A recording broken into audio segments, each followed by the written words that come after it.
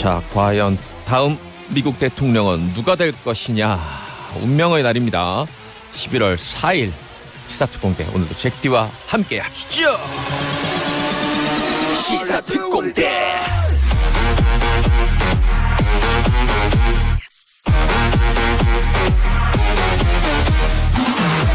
네, 이제 투표는 다 끝났고 지금 개표가 이루어지고 있습니다. 미국 대선, 트럼프 대통령의 재선이냐 아니면 조 바이든 대통령이 탄생할 것이냐, 아직은 모를 것 같습니다. 며칠 전까지만 해도 조 바이든이 꽤 큰 뭐랄까 여유 있게 이길 것이다 이렇게 봤는데 그렇진 않은 것 같아요.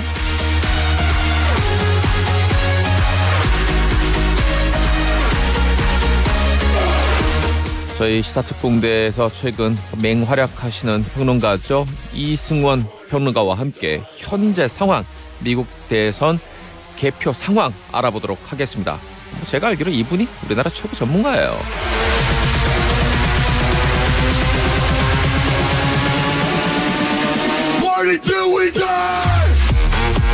자, 뭐 우리나라는 아니지만 우리나라에도 너무나도 수많은 정책에 영향을 주는 이벤트입니다. 미국 국민들이 부디 현명한 선택을 했기를 바라면서 소찬이가 부릅니다. 현명한 선택. 오늘 저희 선택은 1차원적인 선곡이었습니다. 언제나 그렇듯이. 이충용 대원입니다. 다 싫다, 이승원을 보여달라. 네, 보여드릴게요. 3분만 기다려요. 조찬휘 대원, 소찬이 노래를 들으면서 조찬휘 출석해봅니다. 영창 간만에 가둬봅니다. 조찬이 대원 금방 끊어드릴게요. 하는 거 봐서. 한승혁 대원, 제카 PD님 오늘 의상으로 파란색 후드티를 입고 오셨네요. 어느 분을 응원하는지는 잘 알겠습니다. 이렇게들 오해를 하신다니까. 그렇다면 제가 들고 있는 이 핑크색 텀블러는 뭡니까? 어제 제가 새빨간 옷을 입고 왔는데 그건 또 뭡니까? 자, 현직 미군이에요. 이분은 현직 미군인 우리 이상훈 대원입니다. 특공, 오늘은 우리나라의 선거일. 저는 10월 14일 사전투표로 텍사스주 샌안토니오 베어 카운티 투표소에서 당당하게 투표를 마치고 그 이후 제가 지지하는 후보의 스티커를 차에 붙이고 다녔습니다. 직업의 특성상 다른 성향의 분들이 워낙 많은 집단이라 눈치는 보였지만 소신껏 오늘 선거 날만을 기다려왔습니다. 부디 제가 원하는 리더가 우리나라를 이끌었으면 좋겠습니다. 라고 미군이 이렇게 또 문자 보냈습니다. 이분이 속속들이 미군 소식과 또 미국 현지 상황을 현직 미군의 시선으로 저희에게 또 메시지를 계속 보내주신 분이고 제가 아주 잘 받아보고 있습니다. 무슨 연재 받아보듯이 잘 받아보고 있습니다. 감사합니다, 이상훈 씨. 그러니까 뭐 아주 뭐 귀여운 딸내미랑 아내분하고 행복한 또 삶을 꾸리는 분이기도 하더구만요. 박혜란님, 오늘 이승원 평론가의 예측이 맞을지 틀릴지 알게 되겠네요. 흥미진진합니다. 제가 알기로 이분이, 이승원 씨가 예측을 하는 건 없고 뭐 난 이쪽이 바란다 이렇게 얘기한 건 있는 것 같아요. 그 바람이 이루어질지 광고 듣고 들어보죠. 자, 이제 이게 시사특공대 샵 1035번으로 참여할 수 있습니다. 샵 버튼 누르시고요. 1035 고릴라 유튜브로 구경하시는 분들은 무료로 댓글 달 수 있습니다. 광고 듣고 돌아와서 우리 이승원 평론가 만나보죠. 잠시만요. 12시에 만나는 시사테인먼트. 이제 이게 시사특공대.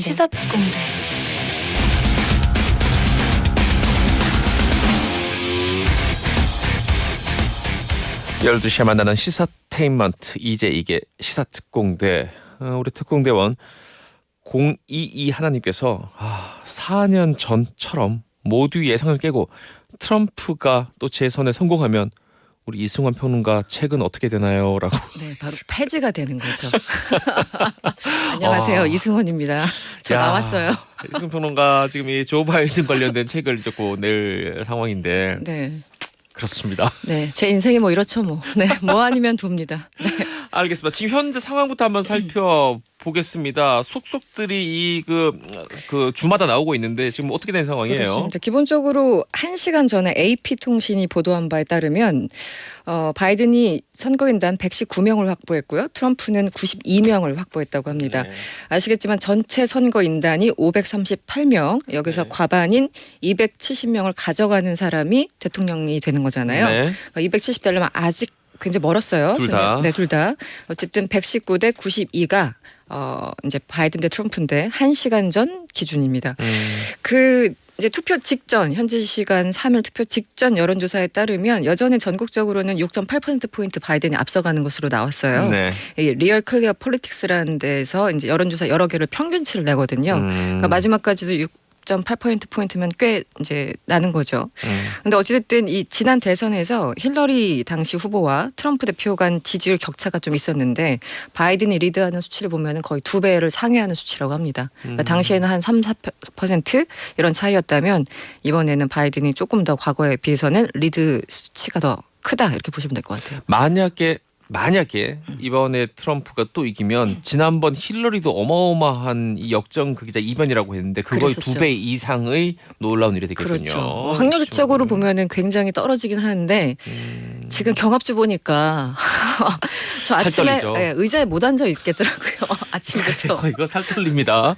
여러 네. 가지로 지금 자 경합주들 지금 말씀을 꺼냈으니까 한번 살펴보죠. 네. 경합주들 위주로. 그 이제 선벨트로 해서 남쪽의 따뜻한 나라 뭐 플로리다, 애리조나 이쪽 조지아 뭐 이쪽을 말씀을 드리는데 이쪽은 사전에 개표 준비를 해놨어요. 그러니까 우편 투표로 온 게 그러니까 그냥 놔두는 것이 아니라 예를 들어 봉투를 좀 뜯어놓는다던가 이렇게 사전 투표를 이 주마다 다 다르죠 또. 완전히 달라요. 아, 주마다. 참 이게 참. 그리고 그 우편 투표를 11월 3일 현재까지 받아주는 데가 있는가 하면 또 한 며칠 뒤까지 받아주는 데도 있어요. 왜냐면 이제 날라오는 시간이 있으니까. 정말 말 그대로 유나이티드 스테이츠네요. 네, 각각 그 자치국이에요. 네, 네, 네, 그런 의미에서.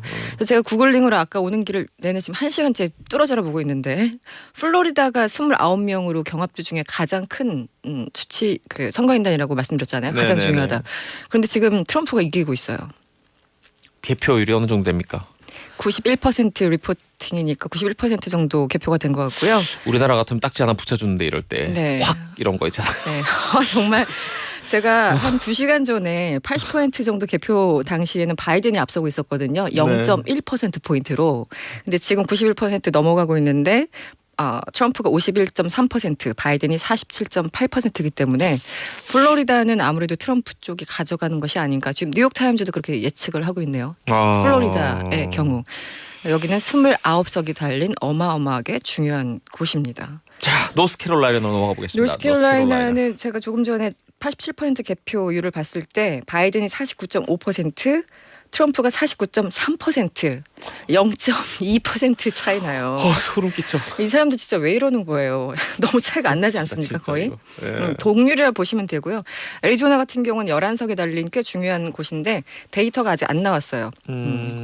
알겠습니다. 지금까지 이제 썬벨트 남쪽 나라 말씀을 드렸습니다. 우리 지금 이 특공대원들 중에 미국 네. 사시는 분들이 되게 많아요. 굉장히 그렇겠죠. 네, 굉장히 많은데 그 중에서 박재용 님이 계속 네. 미국 현지에서 보내주고 있는데 이런 의견입니다.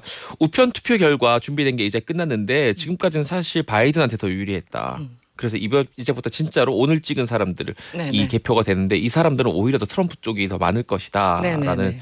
예상. 그리고 전반적으로 보통 민주당이 초반은 더 우세하다 라는 그동안 얘기도 보면은. 또 미국에서 하시는 분들이 또 해줬습니다. 네, 맞습니다. 자, 그러면 이제 그 벨트로 나눴을 때 미국 이 지도를 이렇게 놓고 봤을 때 좀 아래쪽에 네. 선샤이닝한 동네들 지금 네, 얘기해줬고 네, 선벨트. 중반에 이제 그 워킹하는데 네, 네. 열심히 일하는 제조업 중심의 그 러스트벨트라고 하죠. 네, 이제 동북부 그쪽을 말씀드리는데 이제 펜실베니아, 미시간, 위스콘신 이렇게 돼 있어요. 그래가지고 펜실베니아 같은 경우 지금 이 말씀드린 러스트벨트가 이제 워낙 민주당이 항상 당선되던 곳이었는데 지난 4년 전에 트럼프가 아예 반전으로 그렇게요. 많이 얻었잖아요. 네. 다 가져갔잖아요. 그래서 이번이 중요한데 아직은 말씀드릴 만큼 개표가 안 됐어요. 왜 그런 거예요?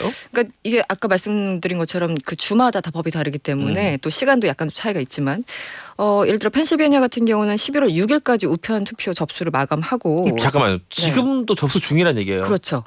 그러니까 스탬프가 언제 찍혔냐에 따라서 뭐 약간 그것도 다른데 어쨌든 우편 투표 지금 이미 보낸 사람 11월 6일까지 받아줄게 좀 기다려 막 이런 거예요. 네. 그리고 미시간하고 위스콘신 같은 경우는 아까 그 선벨트랑 좀 다르게 선거 당일에야 우편투표 개표 준비를 해요. 그러니까 여기는 좀 오래 걸릴 수밖에 없기 때문에 지금 구글링을 계속하고 있어도 펜실베니아, 미시간, 위스콘신 이런 데는 투표율이 50%도 안 됐습니다.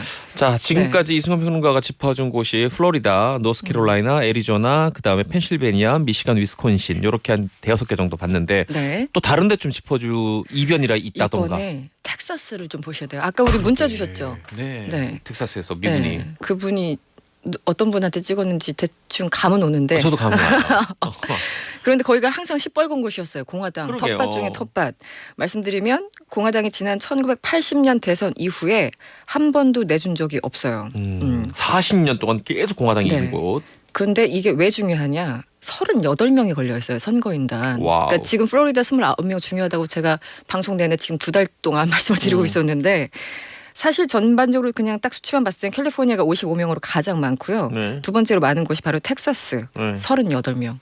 그런데 항상 공화당 붉은 색깔이었는데 지금 저도 보고 있는데 한 70%밖에 개표를 안 됐기 때문에 말씀드리긴 좀 그렇지만 기본적으로 이 전에 그 여론조사 보면은 꽤 바이든이 추격하고 있어요. 한 3%포인트 차로. 근데 지금도 사실은 제가 한 30분 전에 봤을 적에 50.4% 트럼프가 앞서가고 있고요. 바이든은 48.3%. 오, 텍사스에서는 보기 힘든 접전인데요. 네, 그러니까 저는 오히려 이곳이 굉장히 더 관심이 쏠리더라고요. 뭐 플로리다는 제가 개인적으로 포기하더라도 텍사스가 어떨지 굉장히 궁금해집니다. 텍사스 정말 의외입니다. 의외예요. 네, 정말 의외예요. 네. 그러니까 이게 아까 이 중요하다고 자꾸 이승원 평론가 그동안 저희 방송에서 짚어준 주들은 왔다 갔다 하는 주들이라서 네, 중요하다고 스윙 한 거고. 스테이트라고도 하고. 이른바 캘리포니아나 이 네네. 텍사스 같이 이제 선거 인단은 많지만 여기는 보통 민주당이 되고 그렇죠. 보통 공화당이 되니까 네. 정해졌다고 보는 언급을 건데 우리가 평소에 안 했잖아요. 이렇게 접전이 근데 되면 며칠 전부터 텍사스에 대해서 주목하는 기사들이 나와서 저도 지금 보고 있는데 수치가 그렇게 많이 차이가 나지는 않고 있습니다. 물론 이제 개표 아직 30% 정도 남았지만 그런 상황이에요. 자, 조금 이제 뒤로 좀 몇 걸음 물러나서 전반적인 이 투표 분위기를 좀 살펴보겠습니다. 어땠습니까? 이번 선거 보자면. 1억 명 이상이 사전 투표를 했어요. 우편 투표를 포함해서. 이 수치도 미국 역대급이죠. 최고죠. 네. 조기 현장에 가서 투표하는 조기 현장 투표가 3,500만이 훌쩍 넘었어요. 거의 3,600만 명이고 우편 투표 그냥 메일로 쏴버린 우편 투표가 6,500만 명 합해서 정말 많다. 네. 1억 거의 100만 명 정도 됩니다. 이게 어떤 수치냐면요. 지난 4년 전에 전체 투표한 사람들의 70%가 넘는 수치예요. 그러니까 얼마나 열기가 있나. 다들 너무 이제 답답하기도 하고 코로나 때문에 걱정되기도 하고 해가지고 많이 나가셨는데 정말 많이 나가셨어요. 70% 당시에 비교해서. 그런데 미국은 투표 현장에서 유권자 등록을 할 수 있어요. 미리미리 등록해서 표를 던지는 사람도 있지만 네. 당일 현장에서 유권자 등록을 할 수 있기 때문에 아직 뭐 최종적으로 집계는 안 됐어요. 그런데 1억 한 5천만 명 정도 예상하고 있고 그중에 이미 던진 사람들이 3분의 2가 넘은 그런 거고요. 그런데 말씀하신 것처럼 사전 투표 같은 경우는 이제 민주당 쪽 지지자들이 많이 했고 현장 당일에는 공화당 트럼프 쪽이기 때문에 이게 어떻게 또 될지 모르는 겁니다. 야, 정말 이 열기가 뜨겁긴 하네요. 계속 살펴보겠습니다. 유튜브로 방송 보고 계신 중에 해피하다. 정말 해피하세요? 해피한 사람, 행복한 사람들이 시계를 보지 않는 것처럼 해피한 사람들은 해피란 말을 입에 올리지 않는데. 따지시는 거예요? 해피하다님께서 지금 정규 방송보다 이승원 평론가의 뉴스가 더 최신이네요. 그렇습니까? 아무래도 그 네. 물 건너 소식을 바로바로 직거래로 해서 그런가 보죠. 네, 구글링을 열심히 찾고 있습니다. 제가 이 이승원 평론가를 이 미국 대선 이 시즌에 대목에 모셔오려고 상암동까지 직접 제가 달려갔던 기억이 나죠. 잘 저 기억이 안 나요. 약발이 떨어진 겁니까? 모듬회였던 것 같은데 메뉴가. 모듬회 하니까 기억이 납니다. 그러니까요. 맞아요. 그 잊으면 안 되죠. 지금 맞아요. 그 효과를 보고 있습니다. 자, 투표 열기들 잠깐 봤는데도 계속 전해주시죠. 하나 더는요. 지난 4년 전에 대선 때는 투표율이 한 55% 정도밖에 안 됐어요. 네. 그리고 지난 한 20년간 2000년 이후에 보면은 제가 주말판에서 한번 말씀드린 것 같은데 투표율이 다 50%대예요. 50% 네, 초반 후반. 그리고 가장 높았던 게 그나마 오바마 대통령 때 첫 번째 했을 때 2008년에 한 62% 정도. 네. 그러니까 오바마 당시 이제 부시 지긋지긋하니까 빨리 좀 오바마 신선하다. 뭐 그래서 많은 사람들이 나갔는데 그래봤자 62%였거든요. 그런데 지금 일부 보도에 따르면 이번에는 한 65%는 넘기지 않을까. 네. 역대급 네, 투표율이네요. 역대급이에요. 지난 한 2, 미국에서. 30년 봐도. 네. 보통 그 미국도 투표율이 그렇게 높지 않거든요. 네, 네. 그래서 이번에는 한 65%를 넘길 것으로 전망이 되고 있고요. 확실한 수치 아닙니다. 그리고 CNN이 이제 나오는 사람들 투표 이제 하고 나오는 사람들한테 이번에 어떤 요인으로 표를 던졌냐 이렇게 여론조사를 했어요. 출구. 그랬더니 한 3분의 1 정도는 경제가 가장 컸어요. 코로나가 아니라 의외로 경제적인 이유가 가장 컸다. 3명 중에 1명이 경제에 있고 5명 중에 1명이 인종 차별 문제. 그리고 코로나는 한 6명 중에 1명 정도가 이제 요인이었다 이렇게 대답을 했다고 합니다. CNN 여론조사 결과입니다. 알겠습니다. 그 밖에서 보는 상황 어떻습니까? 외신들 아무래도 중국이 제일 궁금하긴 한데 반응이. 네, 중국이야 뭐 누가 되든 중국한테 안 좋다 뭐 이런 거잖아요. 앞으로 계속 싸울 거예요. 계속 싸우겠죠. 네. 그래서 관영 글로벌 타임즈가 이제 논평을 냈는데요. 미국의 지금 선거판을 굉장히 조롱하는 쪽에 왜냐하면 예전에는 어쨌든 기본적인 원칙과 규칙이 지켜졌는데 이번에는 아무도 모른다. 대혼란이 올 것이다. 많은 사람들이 걱정하고 있다. 이렇게 대신 걱정을 해줬고요. 그러면서 관영 글로벌 타임즈가 이런 표현을 썼네요. 이런 상황은 미국의 정치적 광신풍조를 반영한다. 이렇게까지 썼어요. 그리고 중국의 정말 속내를 가끔 자주 보여주는 환구시보 있잖아요. 네, 유명한 데죠. 네, 유명하죠. 이 인민일보 자매지인데요. 사평을 역시 냈습니다. 도널드 트럼프가 되든 조 바이든이 되든 간에 중국에 대한 강경책을 주창하고 있다. 누가 더 중국에 강경한지를 놓고 지금 서로 경쟁하고 있기 때문에 우리한테는 누가 되든 안 좋다. 이런 말씀하신 그 취지로 얘기를 하고 있네요. 아마 네. 우리 남은 생에 가장 큰 줄기는 이 세상, 우리가 사는 세상의 가장 네. 큰 줄기는 미국 vs 중국이 중국. 아닐까 싶습니다. 네, 앞으로 앞으로. 10년, 20년 이상. 네, 1, 2등은 항상 싸우기 마련인데 뭔가 이렇게 전환점인 것 같아요. 앞으로 한 네. 2, 30년간. 자, 일본도 아주 예민할 텐데. 일본 내에 있는 이제 그 정치 전문가들 있지 않습니까? 네. 그런데 뭐 역시 마찬가지예요. 바이든과 트럼프 중 어느 후보가 당선되더라도 중국에 대한 압박 외교를 펼칠 것이다. 이렇게 얘기를 하고 있어요. 큰 차이는 없을 것이다. 그리고 바이든 후보 같은 경우는 이제 이거는 니온 게이자의 신문인데요. 중국에 대해서 온화한 편일지는 몰라도 여론과 의회가 워낙 중국에 대해서 비판적이기 때문에 바이든 후보 속내는 어떨지 몰라도 역시 중국에 어쩔 수 없이 강경책을 쓸 수밖에 없다. 왜냐하면 정치인들은 열을 먹고 살기 때문에 네. 특히 의회가 초당적으로 합의하고 있거든요. 중국은 나쁘다 이렇게. 음. 그래서 바이든 혼자 뭐 다른 마음을 먹는다고 하더라도 뭐 만만치 않을 것이다 이런 얘기를 하고 있고요. 다른 의견도 있긴 있어요. 어떤 거죠? 아사히 TV가 민영 방송사인데 네. 이런 얘기를 했습니다. 바이든 후보가 협력을 이끌어내기 위해서 중국에 대해서 약한 자세를 취하게 된다면 본인들 표현대로 생각과 열도 문제를 우리는 지금 일본한테 굉장히 중요한데 큰 악재로 작용할 것이다. 그러니까 트럼프가 더 낫다. 이런 취지로 TV 아사히 여기서는 그런 의견도 함께 나오고 있습니다. 네. 그리고 일본 입장에서는 아무래도 미국이 중국을 눌러주기를 바라고 그런 있겠죠. 거 있죠. 당연한 얘기. 네. 과거 오바마 정부처럼 간다면 뭐 미국과 일본은 엄청나게 또 가까워질 수밖에 없는 민주당 그런 쪽에서 뿌린 돈이 좀 많이 있나 보더라고요. 많죠. 쪽 관련 외교 관련해서. 네. 일본이 또 여기저기 많이 뿌리죠. 로비로. 그러니까요. 해서. 여기 네네. 참 국제외교에서 돈을 이렇게 뿌리는 것도 괜찮나 봐요. 정세현 장관 표현대로 우리가 100원 쓰면 거기 한 10,000원 쓴다고 합니다. 로비 자금. 아이고야. 네. 알겠습니다. 자, 내일도 소식 전해주시죠. 네, 고맙습니다. 내일은 좀 더 확실해 윤곽이 나온 소식을 들을 수 있기를 기대하면서 이제 이게 스타트 공대 2부 작전 펼쳐봅니다. 잠시만요.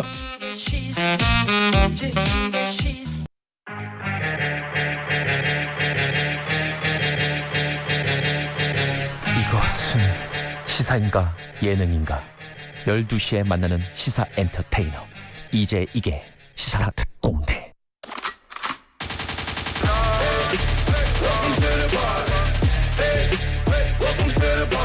청취자님들께 경례 특공. 이제 이게 시사 특공대.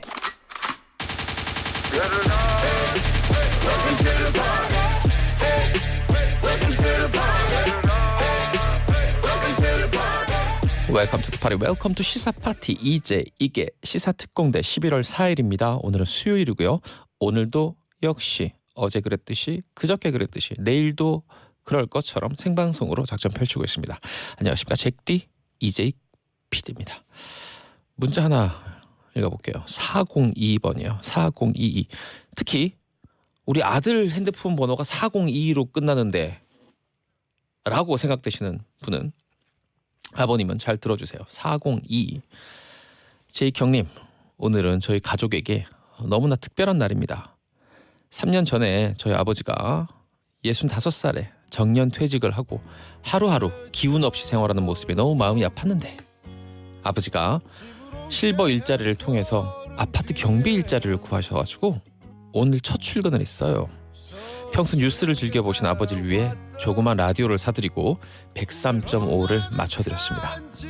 지금 제익 형님의 시사특공대를 듣고 계실 거예요. 우리 아버지 힘내시라고 한 말씀 부탁드리고 아버지께서 평소 즐겨 부르시는 봄, 여름, 가을, 겨울의 브라보 마이 라이프 부탁드립니다. 더불어 여기까지 썼으면 이거 100점짜리 문제. 감동 철철. 지금 약간 울컥했거든요. 한 줄을 더 붙였습니다. 더불어. 제 욕심이겠지만 퇴근길에 잭디 형님께서 주시는 커피 한 잔 드시면서 오시면 더욱더 기분이 좋겠죠. 아, 따뜻한 문자입니다. 그래요. 정말 우리 4022님도 아버님도 브라보 마이 라이프입니다. 뭐 커피 날려드리죠 뭐. 자, 우리 4022님 아버님께 드리는 커피예요. 자, 날려드리겠습니다. 커피 아버님 커피 한 잔 시원하게 드시면서 첫 출근 열심히 일한 자신을 칭찬해 주세요. 아버님도 문자 하나 보내주셔도 좋고요. 샵 1035번입니다. 그리고 정반대의 문자가 또 와 있습니다. 카카오 채널로 정수진 씨. 이분 상당히 뭐 가족도 잘 돌보시고 일도 열심히 하시면서 또 동시에 음주가무를 아주 즐기는 그런 분으로 알고 있는데 잭디 저는요 오늘 사직서 쓰고 나와서 지금 점심 먹으러 대학로 가는 버스입니다. 이제 시사특공대를 본방사수할 수 있게 됐네요. 여기까지만 썼으면 참 좋아. 이분도 또 뒤에 퇴사 기념으로 점심 먹고 커피 한 잔 얻어 먹고 싶은데 라고. 그래 정수진님 뭐 문자도 많이 보내셨고 하니까 한 잔 정도는 대학로에 거기 이 중고 물건 파는 데서 갖고 온 콘솔이 있을 거예요. 좀 녹슨 건데 그걸로 하나 날려드리도록 하겠습니다. 우리 정수진님께 커피가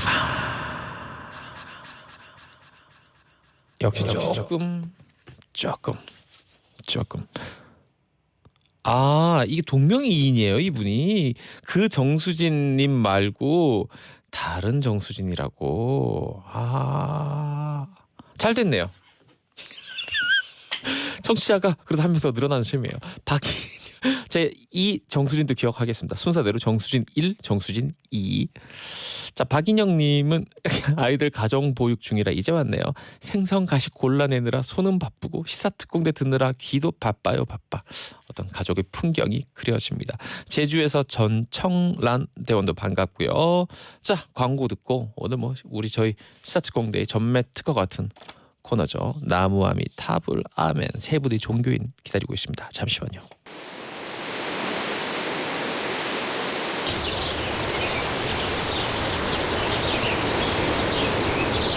쌀쌀한 느낌도 좋죠. 숲속에서 새소리가 들리고요. 바람 소리도 귀를 스칩니다. 저 멀리서는 또 졸졸졸 아직 얼진 않았네요. 개울물 소리도 들립니다. 수요일 시사특공대는 이렇게 숲속에서 진행합니다. 마음이 경건해지는 시간, 평화의 숲으로 한 발짝 조심스럽게 발을 디뎌보는 그런 시간입니다. 종교의 진정한 합일 나무아미 타불 아멘.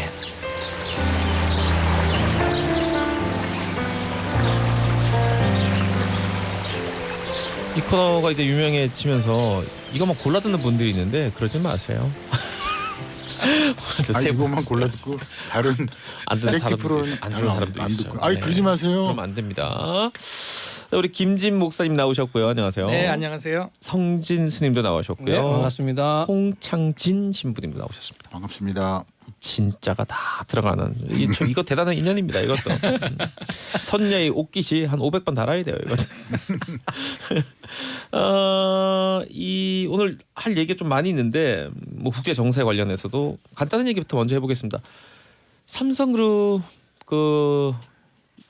이건희 회장이 이제 세상을 떠나면서 장례를 원불교식으로 치르면서 이제 원불교라는 종교가 다시 또 굉장히 많이 세간이 화제가 됐습니다. 요 차이 잘 모르시는 분들이 많을 거예요. 어떻게 됩니까? 저도 잘 모르겠습니다. 왜 그러세요?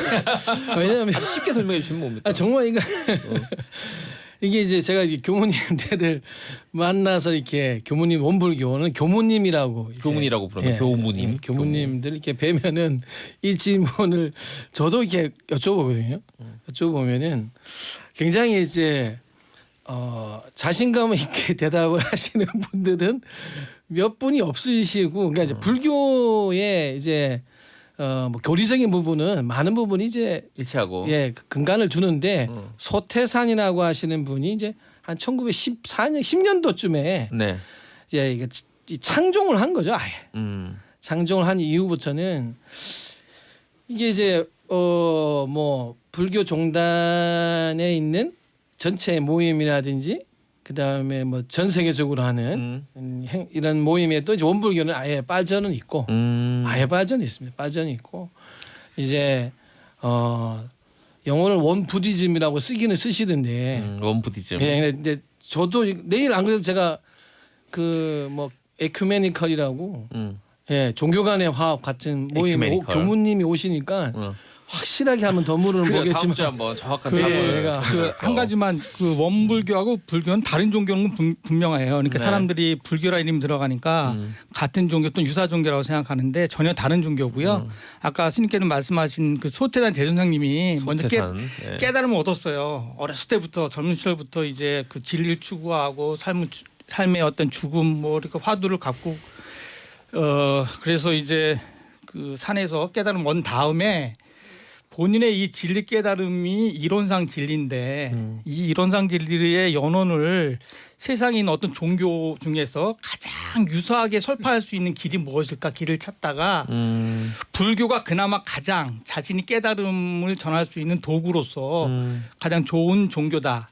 현재까지는 그렇게 보신 거죠. 그래서 불교라는 단어를 쓰기 시작했는데 그래서 사실 원 부디즘은 영어지만 사실은 원 불, 교 이게 세 가지가 단어가 따로 써야 돼요. 원 불교가 아니라 원 불 교입니다. 그래서 이론상 진리가 더 중심이고요. 그것을 설파하기 위해서 부처님의 여러 가지 가르침도 갖다 쓰고 또 그 경전을 보면 또 거기에 보면 또 개신교 그런 것도 이야기도 있고. 많이 나옵니다. 어쨌든 중요한 건 지금 우리 두 분 설명을 들으면 알 수 있듯이 우리나라에서 생긴 종교네요. 네. 그리고 이게 역사가 짧고 100년 좀 지났고요. 100년 지났고 확실히 우리 저 박사님은 종교학 박사님께서는 박사님은 아주 다르시네요. 그 이론적으로 잘 설명하는데 저는 이제 현장에서 본 원불교는 100년 된 신흥 종교 중에서는 상당히 신선한 종교이고요. 그래요? 아주 건강한 종교죠. 그 제도는 정확하게 천주교를 본따서 만들었어요. 또 그런 게 있어요. 조직이 중앙 조직이고 그 다음에 교구가 있고 그 다음에 또 우리 성당처럼 법당이 있고 그 조직은 천주교에서 그대로 이제 가져갔는데 그런 모든 것들이 사실은 현대 사회에서 가장 그 합리적이고 유익하게 프로그램을 잘 짰어요. 그리고 성직자들도 상당히 그 건전하게 살아갈 수 있는 시스템을 잘 갖추고 있고 스스로 정화하려고 매우 노력하는 아주 그 그러니까 신흥 종교 중에서 상당히 건전한 종교이고 제가 볼 때는 아주 훌륭한 종교여서 이렇게 한국에서 자리를 잡지 않나 싶어요. 사실 홍라희 여사 때문에 사실은 이런 것도 다 이루어졌는데 홍라희 여사는 오래전부터 원불교에 아주 지대한 그 공헌을 했고 뭐 그 신앙도 뭐 굉장히 그렇군요. 가지고 있었죠. 제가 볼 때는 이게 뭐 제가 잘 모르는 거 보면은 일단 불교하고는 차이가 좀 있는 것 같고.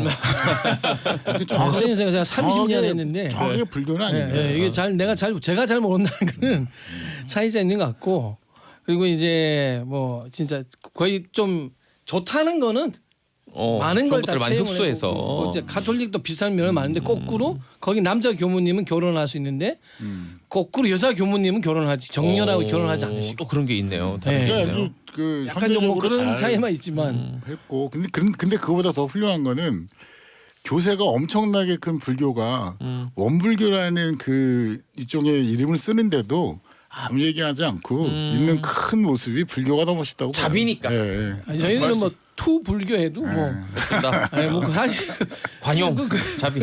각자의 선택의 몫이니까. 저는 이 원불교가 너무 익숙한 게 뭐냐면 매일 그 옆을 지나칩니다. 저희 그 출근길이 교당 그 있어요? 반포에서 IC 옆을 지나서 아. 흑석동을 통해서 와 노들길로 네. 거기 원불교 딱 예, 있지 않습니까? 네. 중앙교단. 20년째 매일 원불교 마크를 보면서 전 십자가보다 그리고 이 불교보다 원불교 마크를 더 자주 봤어요. 이론상은 불교적인 선불교에 나온 이론상이기 때문에 매일 출퇴근하면서 한 그 번씩 2년 꼭 전에 봅니다. 신사옥으로 바뀌지 않았어요? 네, 건물 잘 지어놨죠. 여기 터도 잘 잡은 것 같아요. 아, 여기 너무 한강 좋은데요, 바로 옆에.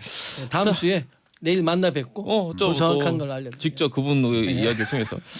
자, 이것도 우리 저 제작진하고도 얘기를 좀 많이 했었고 우리 목사님하고 좀 얘기를 많이 해보고 싶은데 저희 시사 프로그램이다 보니까 국제 뉴스로 상당히 비중 있게 다룬 적이 있습니다.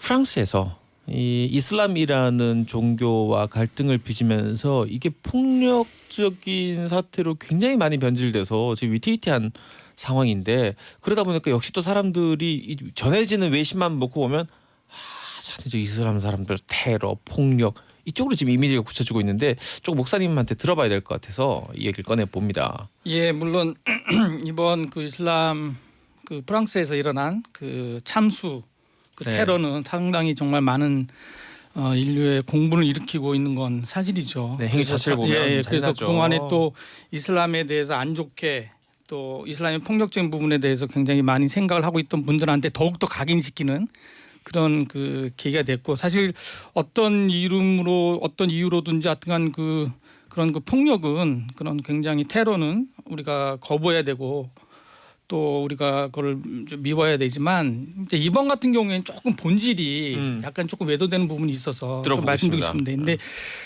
이게 발단은 2015년도에 그 한 잡지사에서 그 만화를 그릴 때 마호메트 그 선지자를 네. 그 희화하면서 그것도 굉장히 소수자 아주 그 누가 봐도 하여튼간 너무 정말 치욕적인 네. 그런 그 만화를 그리면서 이게 발단이 된 거잖아요. 그러다가 이제 올해 다시 들어와서 재판이 시작되고 있는 와중에 이제 언론의 자유, 뭐 종교의 자유, 뭐 이렇게 이제 화두를 하면서 한 고등학교 죽임을 당한 그 교사 선생님이 그걸 가지고 이제 공부 시간에 다시 그 만화를 꺼내들고 사실 그 전에 이제 아예 잡지에서 그 만화를 표지로 썼잖아요. 네. 그래서 이게 이제 굉장한 그 이슬람 18억 인구의 그 공분을 일으켰는데 이제 이슬람 바깥에 있는 사람들이 도저히 이해하지 못하는 것은 뭐 마호메트 그 한 사람 그 희화한 게 뭐가 그렇게 대단하냐. 또 우리는 또 자기 종교 안에서 얼마든지 뭐 교황님도 가끔 가다가 희화되기도 하고 뭐 다 할 수 있는데 네. 뭐 마호메트 희화한 게 뭐 이렇게 큰 일이라고 그러냐 이렇게 생각할 수 있잖아요. 그런데 그 이슬람 역사상 이건 굉장히 정말 이거는 뭐 그 극단주의 이슬람뿐만이 아니라 일반 이슬람한테도 정말 도저히 넘을 수 없는 영역이거든요. 왜냐하면 그 사람들은 아무리 존경하고 아무리 위대한 선지자라도 절대 그림이나 상이나 그걸 만들거나 표현하지 못하는 것이 절대적인 원칙이고 다른 종교하고 좀 다르네요. 네, 그렇죠. 그래서 이슬람하고 개신교하고 또는 그리스도교하고 가장 싸우는 부분이 그 부분이잖아요. 네. 왜냐하면 예수님은 그렇게 상으로 만드는 거 그렇죠. 뭐 이런 거에 대해서 그랬는데 이걸 그 다른 종교는 이해하지 못하지만 남이 싫어하는 거고 남이 정말 이거는 아킬레스건 같은 거고 생명과도 같은 그 영역을 그렇게 침해했을 때 그 사람들이 갖고 있는 엄청난 충격은 말할 수가 없는 거거든요. 네. 그러니까 그걸 갖다가 이번에는 또 다시 표지에 아예 그냥 드러내고 언론의 자유라는 이름으로 갖다 옹호하니까 아마 이번에는 아마 이슬람 그 극단주의자뿐만이 아니라 일반 온건주의자들한테도 더 많은 분노를 일으켰어. 그래서 이런 부분을 통해 조금 우리가 그 종교에 대한 뭐 상대 종교에 대한 다른 이웃 종교에 대한 좀 예의라 그럴까 남이 싫어하는 것, 남이 원하지 않는 것을 굳이 그렇게 하는 것이 과연 이 인류의 이 종교 간의 평화에 도움이 될까? 근데 뭐 그런 측면이 그런 있습니다. 면은 예. 충분히 이해하지만 네, 사실은 부모님. 가장 근본적인 문제가 그 희롱도 폭력이고 폭력은 또 진짜 폭력이고 네. 이 두 가지 다 질책받아야 될 상황이거든요. 네.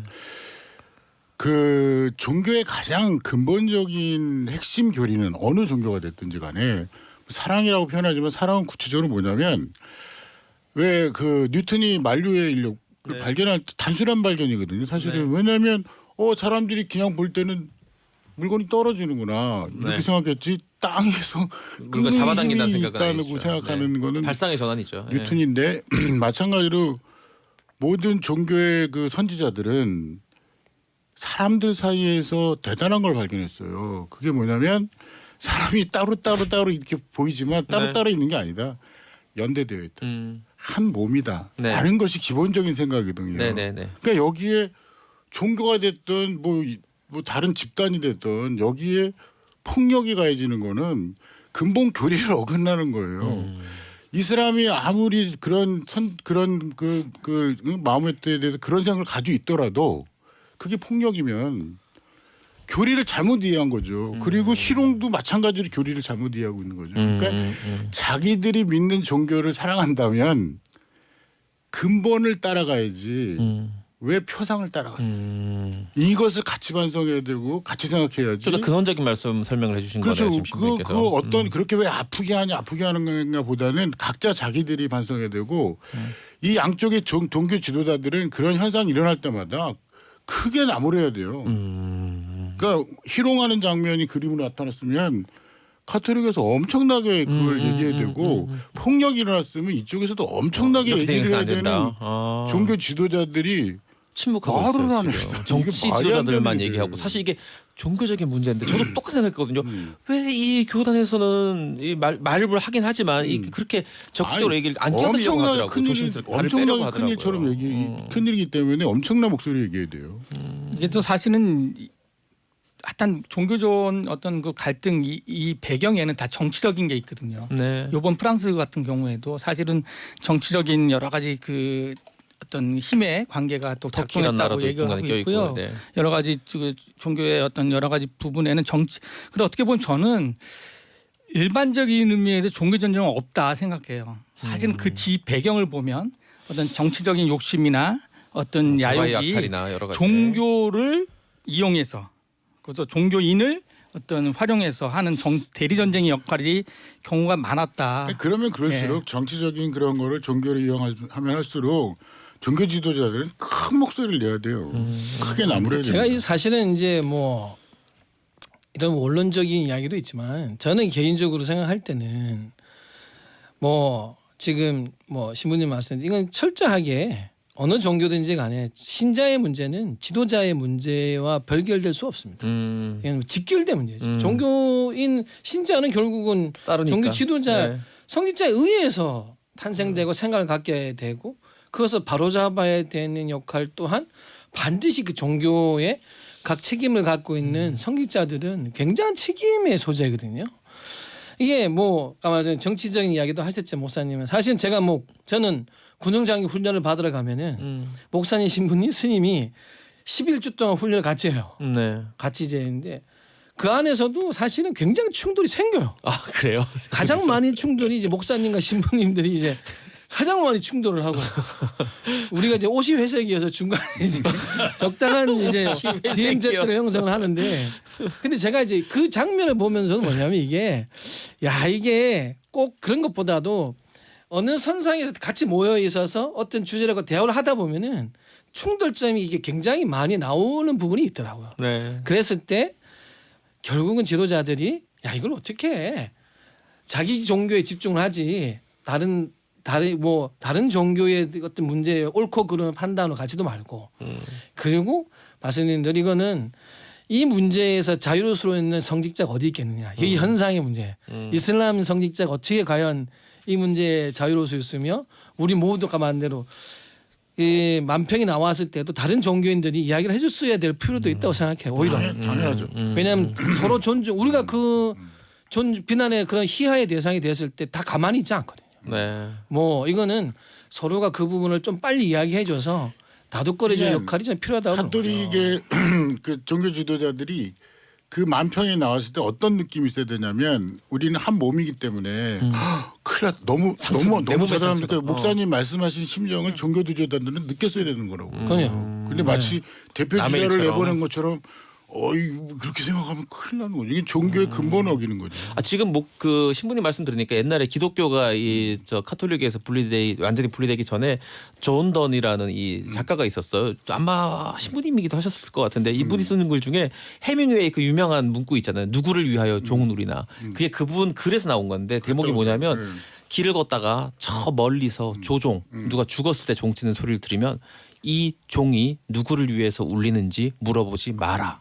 왜냐하면 우리 인간은 모두 하나의 대륙으로 묶여 있으며 그 종소리는 너희 작은 죽음을 위하여 울리는 종소리니라. 중요한 건 잭디가 지난 시간에 또 이 얘기를 했기 그래서 때문에 이 대륙론이라고 그러나 종교가 결국은 다 하나라는 그럼요. 말이 좀 들을 때마다 그런 생각을 갖고 있어야 이런 이 분쟁이 없어진다. 이게 우리 일이라는 거. 그럼요. 불교도 마찬가지고. 그냥 불교도 뭐 그걸 연기로 표현하지만 연기, 연대. 근데 이게 연기. 이게 결국은 저는 진짜 정말 이 지도자 성직자 역할이 자기 신자들에 대해서 어떻게 교육시키고 할 것인가의 책임에선 저는 절대 자유할 수 없고 이런 문제를 자꾸 이제 같이 목소리를 내어주고 저쪽에만 당하고 있으니까 그냥 괜찮아 뭐 우리는 우리 얘기하니까 다행이다. 우리는 아니더구나 뭐 이렇게 그래 종교학적으로 이렇게 얘기합니다. 한 나라의 종교나 세계의 종교 수준은 각 종교에 상관없이 다 동일하다.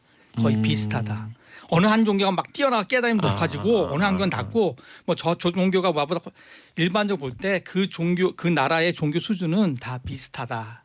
그러니까 서로가 서로에 대해서 스님 말씀대로 항상 같이 일심동체되는 마음을 가져야 된다. 이런 생각을 하게 되죠. 예. 그래 오늘 이제 3부로 넘어가야 되는데 세 분 말씀 들으니까 그 생각은 확실하게 드네요. 지금 이 사태에서 자꾸 뭐 터키 대통령 그다음에 네. 마크롱 프랑스 대통령이 정치 지도자들의 목소리만 나무한데 왜 정작 그 문제 본질에 있는 종교 지도자들은 한두 발 뒤로 물러서 있는가 이런 아주 말씀. 그거는 제일 잘못하는 일 중에 하나예요. 알겠습니다. 자, 우리 또 다들 그런 얘기들 많이 합니다. 세 분 같은 마음만 있으면은 세상이 훨씬 더 평화롭고 살기 좋은 세상이 될 것 같은데 아까 우리 신부님이 강조해 주신 대로 결국 근원은 우리 모두 하나라는 거죠. 종교의 가르침이나 영혼도. 광고 듣고 3부로 돌아오겠습니다. 이제 이게 시사특공대요. 이제 이게 시사특공대. 이제 이게 시사특공대요. 11월 4일이고요. 오늘은 수요일입니다. 오늘도 생방송으로 작전 펼치고 있습니다. 세 분의 종교인과 함께하는 시간 나무아미타불 아멘 시간 하고 있습니다. 최근에 지금 가장 유럽에서 위태위태한 그런 상황입니다. 프랑스에서 촉발된 이슬람에 대한 어떤 모욕 또 혹은 조롱에서 촉발된 테러 바로 인접 국가죠. 오스트리아에서도 불과 며칠 전에 아주 끔찍한 테러가 또 있어서 많은 또 분들이 목숨을 잃고 이런 사건이 있었습니다. 우리나라에서도 보면 좀 요즘도 이런 사람이나 싶은 일이 있었어요.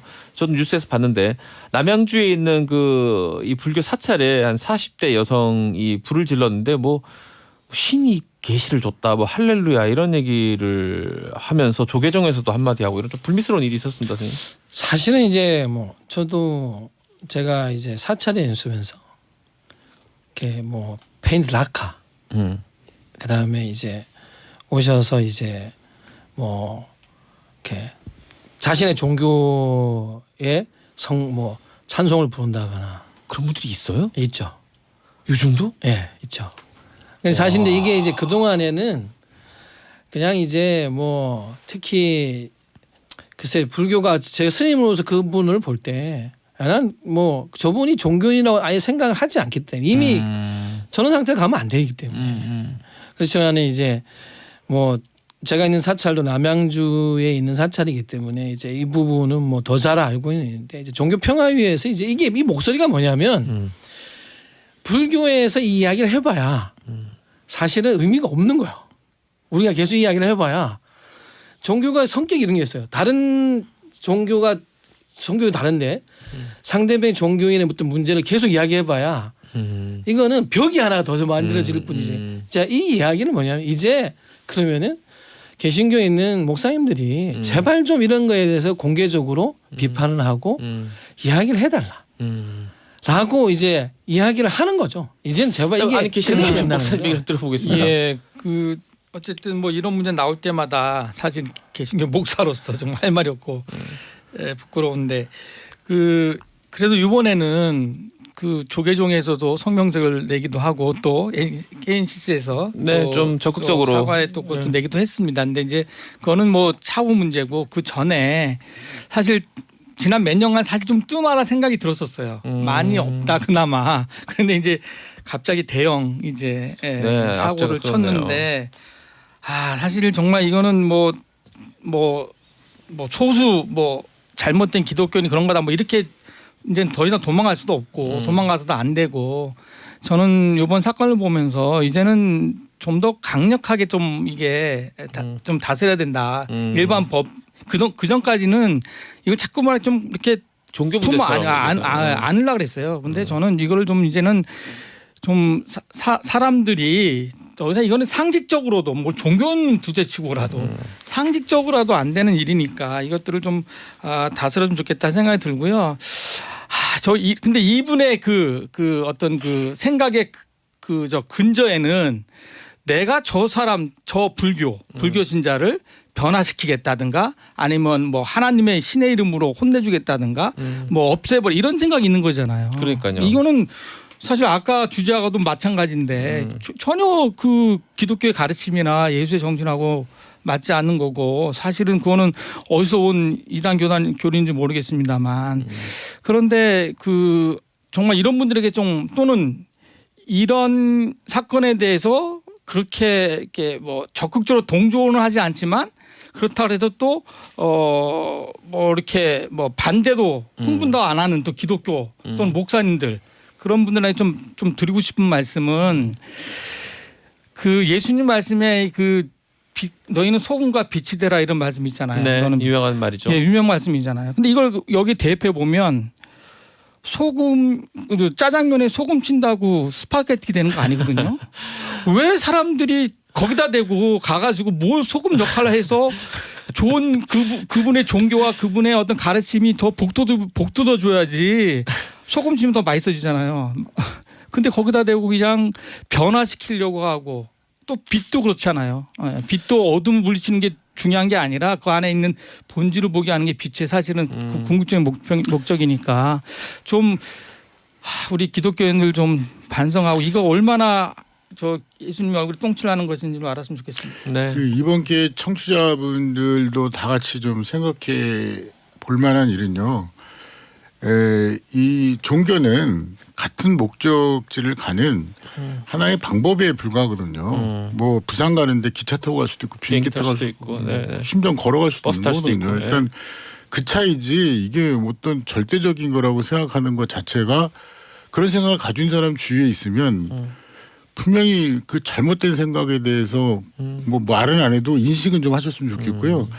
두 번째는 이런 데 가해자가 우리 교회 다니지 않는다 그래가지고 그 종교에 뭐 개신교에서 간과해서는 안 되고요.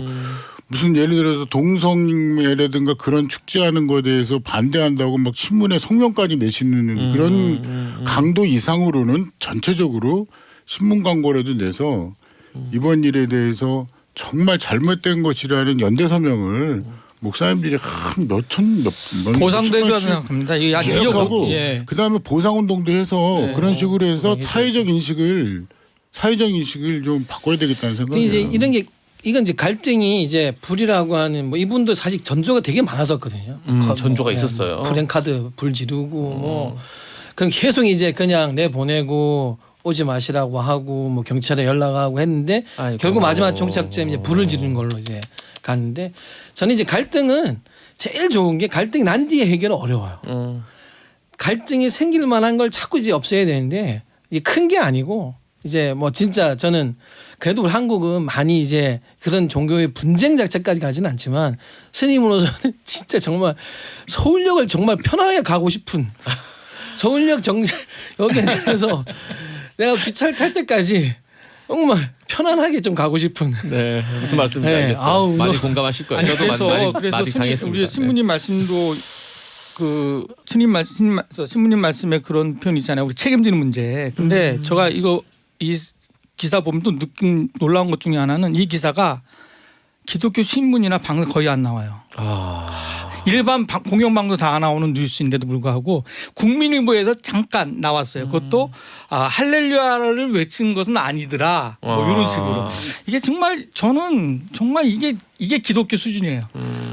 방송에서 얘기를 해야죠. 기독교 방송에서. 그렇죠. 감춘다고 될 일이 이게 아니고. 우리가 얼마나 잘못하고 있는지 제발 그러지 말라고. 맞습니다. 예. 사실 그런 생각만 해보면 될 것 같아요. 이게 내가 지금 하고 있는 이 말이나 행동이 정말로 뭐 부처님이 하나님이 예수님이 좋아할까? 내가 이런 말하기 그럼요. 절대 안 좋아하실 거예요. 절대 쌀쌀 가서 불 지르는 거는 예수님이 좋아할 리가 없죠. 그런 행동을 뭐 목사님 모르겠습니다만 예수님은 절대로 그런 행동을 좋아하지 않을 것 같습니다.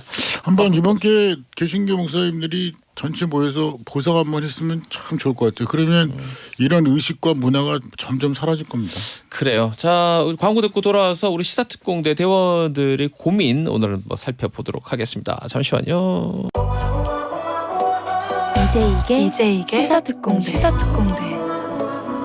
이제 이게 시사특공대.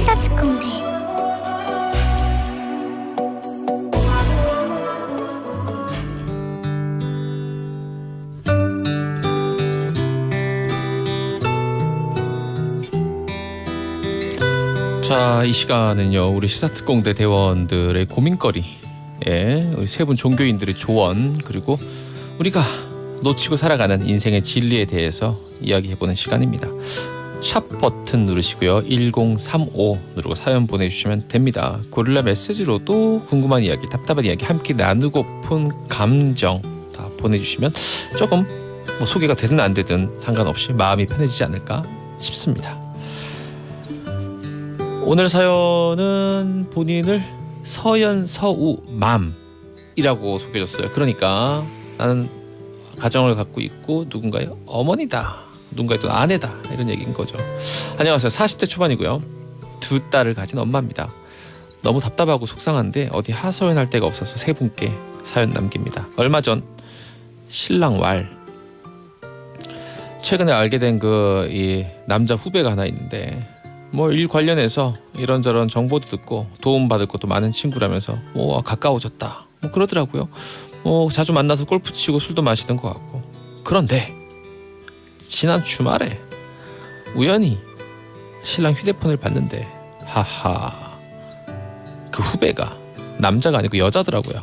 유부녀에다가 아이도 있고 실제로 그 우리 남편이 있는 그쪽 업계에서는 능력이 좋은 사람이 있던데 뭐 이를테면 나 출근했어, 점심 먹었어, 뭐 먹었어, 아 일하러 가기 싫다, 놀러 가고 싶다 등등의 대화, 그리고 둘이 시간 날 때마다 카톡하고 맛집, 술집, 골프 다니고 고민 상담까지 해주고 물론 지금까지 이 내용만 봐가지고는 아직 뭐 여러분들이 걱정하시는 그런 최악의 그런 정황은 없는데 누가 봐도 이게 막 그 직전에 어떤 그 썸 타는 그런 남녀처럼 느껴졌습니다. 더 문제가 있는데 저한테는 새벽에 골프 치고 바로 출근한다고 했던 바로 그날 아주 늦은 시간에 만취된 상태로 귀가를 했는데 알고 보니까 출근은커녕 회사에는 연차를 내놓고 그 여자를 포함해서 여러 명이서 그 새벽부터 골프 치고 낮술 마시고 하루 종일 밖에서 술로 먹다 들어온 거였어요.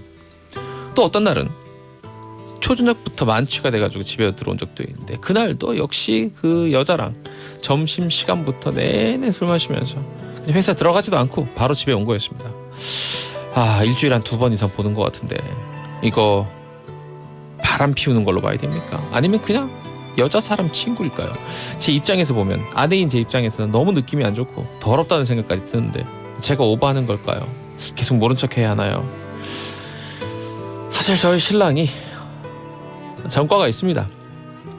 신혼 초에 술집 바텐더랑 무슨 안 되는데 술집 바텐더랑 몰래 연락하다 저한테 걸려갖고 각서까지 쓰면서 잘못했다고 빌었던 적이 있어요. 그때 마음 추스리느라고 엄청 힘들었는데 이번에 또 이런 짓을 하는 거 보니까 도저히 이성적으로 생각하기가 힘들고 만약 이게 바람 피우는 거라면 이혼을 해야 되나? 앞으로 어떻게 살아야 되지 이혼하면? 이런저런 많은 생각이 듭니다. 또 반대로 애들 생각해서 끝까지 모르는 척 해주다가 만약 그 여자랑 정말 무슨 일이라도 생기면 어떨지 미칠 것 같습니다. 저희 집안은 저 처가 또 시댁 모두 독실한 크리스찬이라서 하나님이 맺어주신 가정을 깨는 거에 대해서는 매우 회의적인데 만약 바람을 피웠다고 해도 남편이 잘못을 구하면 용서하고 살아야 되는 건지 별의별 생각이 다 듭니다. 또 사회생활하는 남자로서 잭디 생각도 궁금하고 제 마음을 어떻게 다잡아야 할지 세 분의 좋은 말씀을 기다리겠습니다. 어려운 미션입니다. 하지만 여러분 세 분 다 항상 어려운 미션을 잘 완수하지 않았습니까? 지난번 그 아이 사건도. 이게 뭐 어려운 미션이 아주 단순한 자, 우리 미션인데. 그럼 단순하다고 보시는 시부님 생각부터 들어보겠습니다. 근데 이분은 일단은 바람둥이에요. 남편이. 네, 바람둥이. 그리고 또 우리 마문, 네, 두 딸의 마문 바람둥이를 처음부터 선택하셨고요. 네, 그러게요. 왜냐하면 바람둥이가 잘하거든요. 그러니까 아유. 그 잘한 그 달콤함에 넘어가서 결혼한 거고요. 그리고 바람둥이는 고쳐서 쓰지 못합니다. 그렇기 때문에 대부분의 물건 사람이 그렇듯이. 고쳐서 쓰지 못하기 때문에 지금 제일 잘못하고 있는 것이 뭐냐면 첫 번째 전화 내용을 봤다는 게 잘못한 거고요. 그렇죠. 남 핸드폰을 그리고 봤다는 거. 두 번째는 그 낮술을 마시고 그런 사건이 있을 때 알고 보니까 괜히 알았겠어요? 찾았으니까 알았죠. 그다음에 또 미래를 걱정하는 너무 뼈 때리는 얘기네요. 그다음에 미래를 걱정하는 이러다가 진짜 이혼하면 저 어떻게 살죠? 이것까지 이 3인방이 제일 잘못한 거예요. 앞으로는 이렇게 하지 마세요. 왜냐하면 바람둥이 고쳐 못 쓴다. 그리고 바람둥이는 결국 다른 데 가서도 바람 피기 때문에 결국 바랍니다. 이걸 좀 인식하시면서 너무 이렇게 그 이 남편한테 집착하지 마세요. 그냥 바람둥이라고 인정하고 쿨하게 본인 삶을 찾으세요. 그리고 바람둥이를 완전히 바람둥이 취급해버리세요. 그리고 무시해버리세요. 그리고 꼿꼿이 쓰세요. 그리고 두 아이 엄마로서 멋있게 사세요. 이혼과 그리고 상관없이 그렇죠. 이혼 하든 안 하든 간에. 이혼은 와서 해달라고 무릎 꿇고 빌면 그때 해주는데 그렇게 빌 사람 절대 아니고요. 그래서 절대 아니고 그 다음에 이렇게 그러니까 뭐 알아보고 막 하지 않고 그냥 쿨하게 두 아이 엄마로서 그때 본인의 삶을 잘 즐기면서 살면 이 바람둥이 특징이 뭐냐면 그런 아내에 대해서 이제 다시 매력을 느끼기 시작할 수 있는 가능성이 그나마 있어요. 근데 만약에 집착해가지고 알아보고 자꾸 그러면 바람둥이 그것도 나름대로 굉장히 그 자기 그 프로그램의 하나이기 때문에 그 긴장감을 괜히 고조시키니까 그렇게 하지 마시고 바람둥이는 절대 고쳐서 못 씁니다. 그러니까 일단 신부님은 이 지금 나온 정황들이 이 불륜이라고 이제 생각하시는 거예요? 100% 불륜이요. 100%다. 지금 이 사건 100%다. 두 번만 걸린 거지 이 사람은 걸리지 않은 거죠. 그 사이도 있었을 거다. 네 건이 더 있어. 하하, 4건이요. 그럼 도합 6건이네요. 그거 더 이상 될 수도 있죠. 이상 최소 6건 정도 상처나는 됩니다. 가슴에 소금을 치군요 지금. 목사님 의견 들어보겠습니다. 비판으로 시작했습니다. 아니 그 우리 한편 잠깐만요. 제작진 이런 것들 잘 우리 이 고통 분담 차원에서 사연 많이 소개해 주시다. 반응 좋거든요. 네, 신부님 목사님 말씀 계속 들어보겠습니다. 우리 신부님이 간접 경험과 상담을 통해서 정말 고수가 되신 건 맞아요. 예. 저도 사실 이 글 분석하는 부분에 있어서는 탁월하다. 예, 탁월하고 목사님께서. 동의합니다. 예. 신부님께서. 특별히 그 문자 보고 이런 거 정말 부부 관계에 있어서 좀 최악이에요. 꼭 바람 문제뿐만이 아니라 다른 맞아요. 굉장한 아마 이 부인이 남편한테 가서 당신 바람 폈지 뭐 이렇게 하고 문자 봤어. 그래 뭐 싸우면 어떻게 됩니까? 왜 핸드폰 못 해가지고 그것부터 싸우는 것이죠. 거죠. 맞아요. 그러니까 이게 문제 번지를 벗어날 수 있는 아주 좋은 기회를 벌써 주고 있는 거예요. 심지어 재판에서 증거 효력도 없어요. 남의 그러니까요. 그래서 사실 그런 건 잘못된 건데 신부님과 조금 다른 것은 이건 부부관계 진짜 현실이거든요. 예. 이렇게 쿨하게 살 수 있고 또 그럴 능력이 여자한테 있으면 얼마나 좋겠습니까? 두 딸의 엄마로서 또 여러 가지 경제권을 모든 것을 또 남편에게 주고 있는 쿨하게 자신이 남편의 바람과 상관없이 독자도 할 수 있겠으면 얼마나 좋겠어요. 현실 그렇지 못해요. 지금 봐서 경제적인 능력이 없어 보이는 느낌이 있어요. 우리 남성 가부장적인 사회 안에서는요. 이거는 굉장한 다른 여러 가지 심적인 문제가 있습니다. 저는 뭐 완벽한 뭐 대답은 못 드리고 일단 저는 저 신부님의 관계를 맞기 때문에 버벅거리고 그래. 그냥 좀 그냥 대놓고 얘기를 해야 된다. 여기서. 아 이거 그냥. 예. 까야 됩니다. 더 이상 모른 척하고 혼자 가슴앓이 하지 마라. 마세요. 아니, 저는 모른 척하라는 말이 아니에요. 그러니까 그냥 맞아요. 대놓고 무시하라고요. 아니 드러내세요. 당신 이렇게 얘기한 거 그리고 아예 독한 마음을 먹고 신부님 말씀처럼 하더라도 싹을 잘라내야 됩니다. 그건 무슨 뜻일까요? 그러니까 싹을 예를 잘라내야 들면 된다. 그러니까 자신이 강하다는 걸 보여줘야 돼요. 그러니까 당신이 이렇게 했다가는 이렇게 거듭나 겁도 주고요. 때로는 팩트를 정확하게 해서 자백하게 만들고요. 그래도 안 된다. 그러면은 이제 신부님처럼 또 할 수 있지만 우선 이 과정을 겪고 난 다음에 가야지. 그렇지 않고 아니, 그 과정 겪지 말는 게 아니라 네, 더 무서운 어쨌든, 거잖아요. 무시하라. 너 바람둥이지 알았어. 이렇게 해버리라니까요. 네. 어쨌든 우리 목사님 말씀은 얘기를 해라. 네. 얘기 다 하는 다 해야 거죠. 됩니다. 얘기를 하고 강하게 나가라. 얘기. 자, 스님. 사실 이제 뭐 어떻게 해야 됩니까, 이 스님? 질문이 사실 이제 상담의 내용에 있어서는 거의 한 30-40%를 차지한다고 봐야죠. 아, 이 종교 시설에서 이런 얘기를 이런 얘기 30%가. 많죠. 그럼요. 그게 저는 이제 단지 이건 있어요. 이제 뭐냐면 신부님 말씀은 약간의 이제 드라마 같은 요소고 목사님 말씀은 거의 다큐와 같고 제가 들을 때는 이렇게. 근데 저는 이제 개인적으로 이런 이야기를 했을 때 사실 뭐 남편이 바람이다 아니다라는 판단을 해주지는 않습니다. 왜냐하면 지금 이제 그분한테 이제 뭐 제가 그 남편은 바람이에요 아니에요 이런 거를 나한테 확인받는 게 중요한 게 아니고 제가 이런 상담을 받을 때 가장 안타까운 건 제 한 가지입니다. 뭔가요? 이 상담 오신 분이 스스로를 너무 괴롭히고 있습니다. 자기가 자기를 괴롭힌다.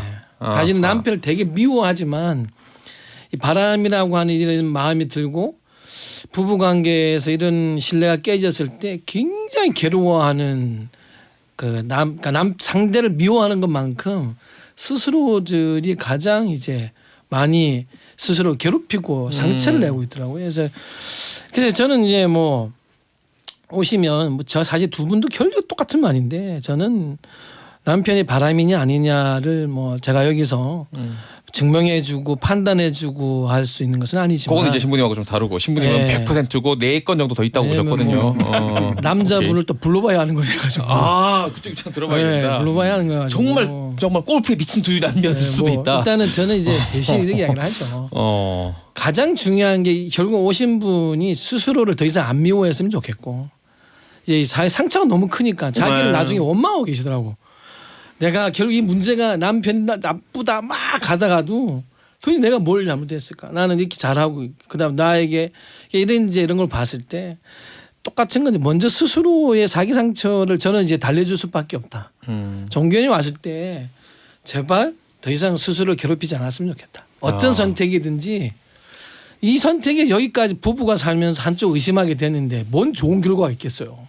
이래 가든 저래 가든 정말 결국은 자기 상처를 어떻게 다스려내느냐의 숙제가 먼저라고 보는데 그래서 이제 어떤 결론은 나중에 문제라도 더 이상 이 문제가 꼭 다 자기 때문에 비롯됐다라고 생각 안 했으면 좋겠다. 그리고 남녀 간의 문제하고 위로의 차원으로 뭐를 주냐면 처음부터 그 프로포즈 할 때부터 네. 이분은 얼마나 당신한테 잘했냐. 그래서 저는 그리고 그렇죠. 그걸 선택했지 않냐. 그러면 선택에 관한 책임이라고 저는- 생각하고 이 선택에 따르는 그림자다. 그래서 저는 부부관계 남녀 문제고 자식과의 문제는 부모 자식의 문제겠다. 좀 구별했으면 좋겠다. 맞아. 그런 부분 분명히 부부는 있습니다. 남녀의 문제에서 네, 네. 사실은 이거는 굉장히 많은 부분의 유동성도 있을 수 있고 하다. 그건 성인끼 책임이 제일 문제지만 자식 문제만큼은 좀 더 냉철하게 생각하고 앞으로의 어떤 해결을 가더라도 나는 이 문제에서 부모 자식의 문제는 남녀 문제는 아니니까 그거에 대한 만큼은 근데 이 두 생각 좀 분은 하는 절대 이혼할 일 없고요. 세월이 지나면 잘 살 겁니다. 또 이런 거 저는 뜬금없이 갑자기 피해를 예. 되지. 신부님께서 단호하게 변화되지 않는다라고 저는 개인적으로 변화될 수 있다고 봅니다. 물론 이분이 변화될 수 있다는 건 아니지만 어쨌든 네. 사람에 대한 변화에 대한 믿음이 있다고 저는 믿어야 된다고 생각해요. 늙으면서 변하는 사람도 많이 봤고요. 근데 영원히 안 변하는 사람도 있기 때문에. 많은 우리 특공대원님들이 뭐 자기 얘기라고 하는 사람도 굉장히 많이 있습니다 지금. 막 올라오고 있는데 저 이런 분들 저 뒷번호는 안 읽어드리고 그냥 문자 내용만 읽어드릴게요. 저도 2년 전에 비슷한 상황으로 저희 와이프가 바람 핀 적이 있는데 뭐 전 다 용서하고 지금 잘 살고 있습니다. 사람마다 차이는 있겠습니다만 참고만 하세요라고. 일단 말투에서 상당히 여유 있는 느껴지죠. 아주 자조적인. 그리고 무서운 분이 있습니다. 이분도 앞 뒷번호 소개 안 할게요. 남편이 바람 피울 때마다 각서 같은 거 아무 소용 없으니까 받지 말고 대신 조금씩 재산을 야금야금 본인 명의로 바꾸세요. 한 번씩 걸릴 때마다.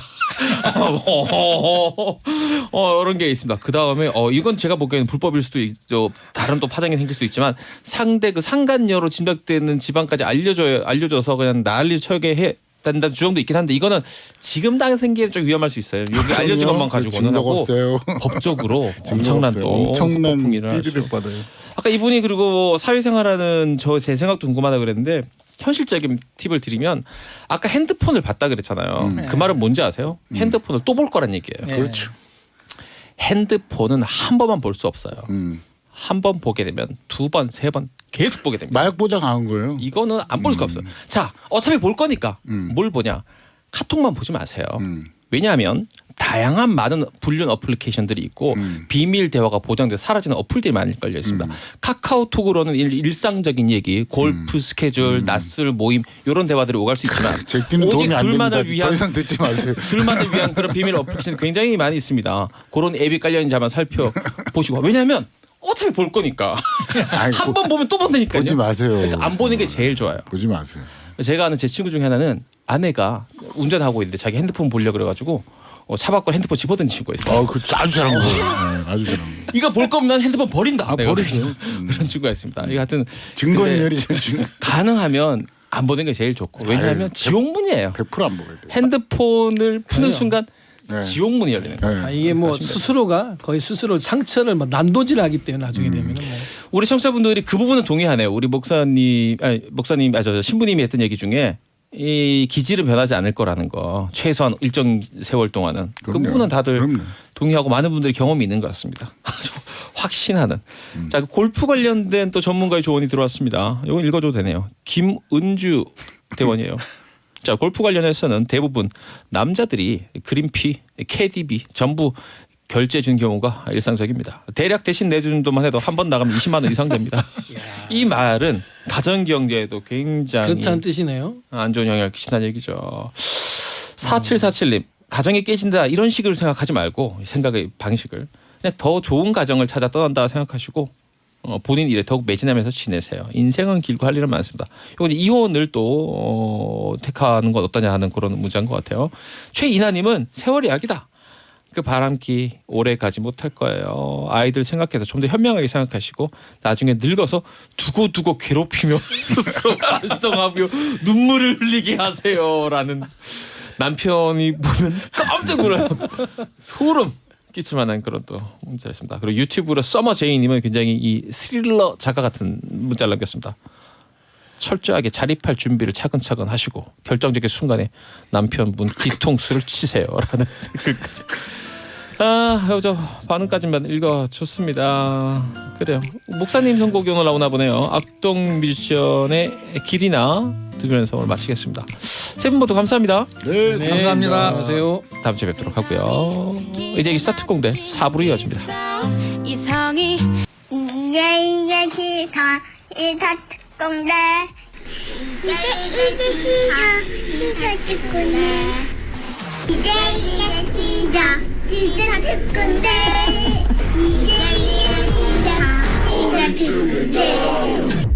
이제 이게 시사 특공대 11월 4일입니다. 수요일이고요. 생방송으로 진행 중입니다. 샵 1035번 50원 100원으로 문자 참여 가능합니다. 고릴라 유튜브로 구경하시는 분들은 무료로 댓글 남길 수 있습니다.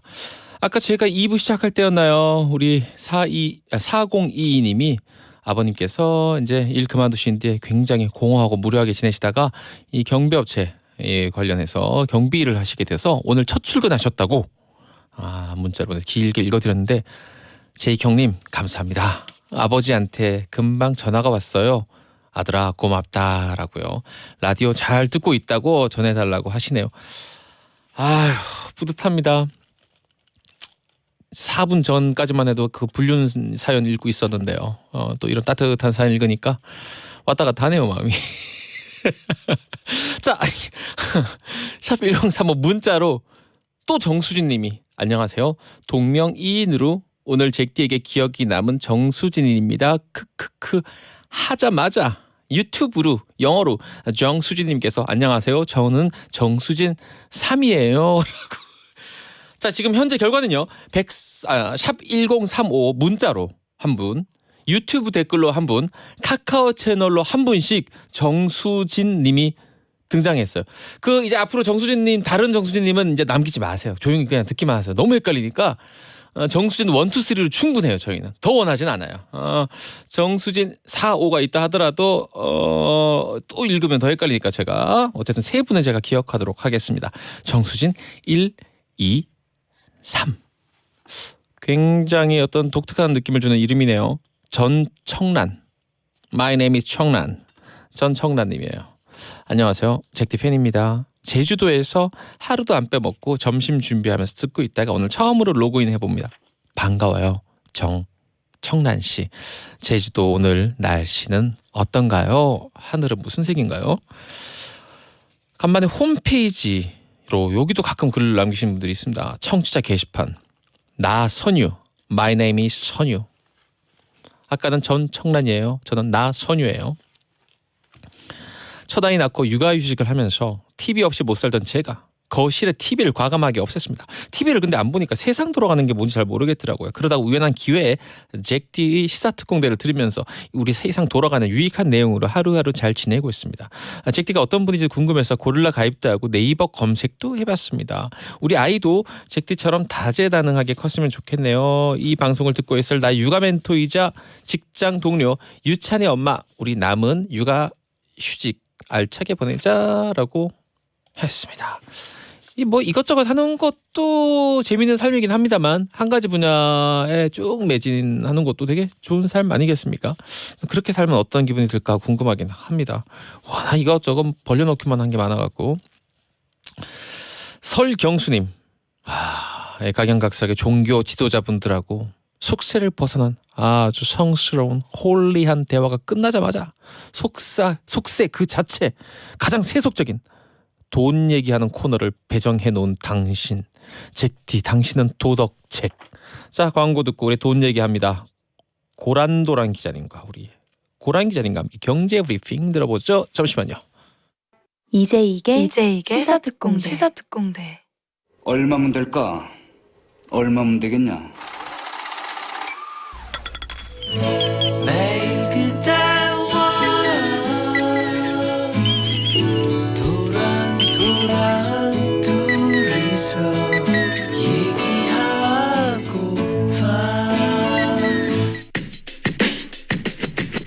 네, 안녕하세요. 블록체인 미디어 조인디 고란이고요. 자 매주 소개하는 코드 음악이 바뀝니다. 어떤 버전에는 육성이 들어가 있고 어떤 부분에는 목소리가 빠져 있어요. 이거 되게 신경 쓰이네요. 뭐 특별한 뭐 날씨가 맑을 때는 육성이 들어간다거나 아니면 홀수인 날에는 뭐 육성이 들어간다거나 뭔지 모르겠습니다. 은근히 사람 신경 쓰이게 만드는 지금 코드를 갖고 계신 분입니다. 돈 얘기할 겁니다. 우리 블록체인 미디어의 조인디 고란 기자 나와 있습니다. 안녕하세요. 네, 안녕하세요. 참고로 오늘 날씨가 참 맑네요. 춥긴 하지만.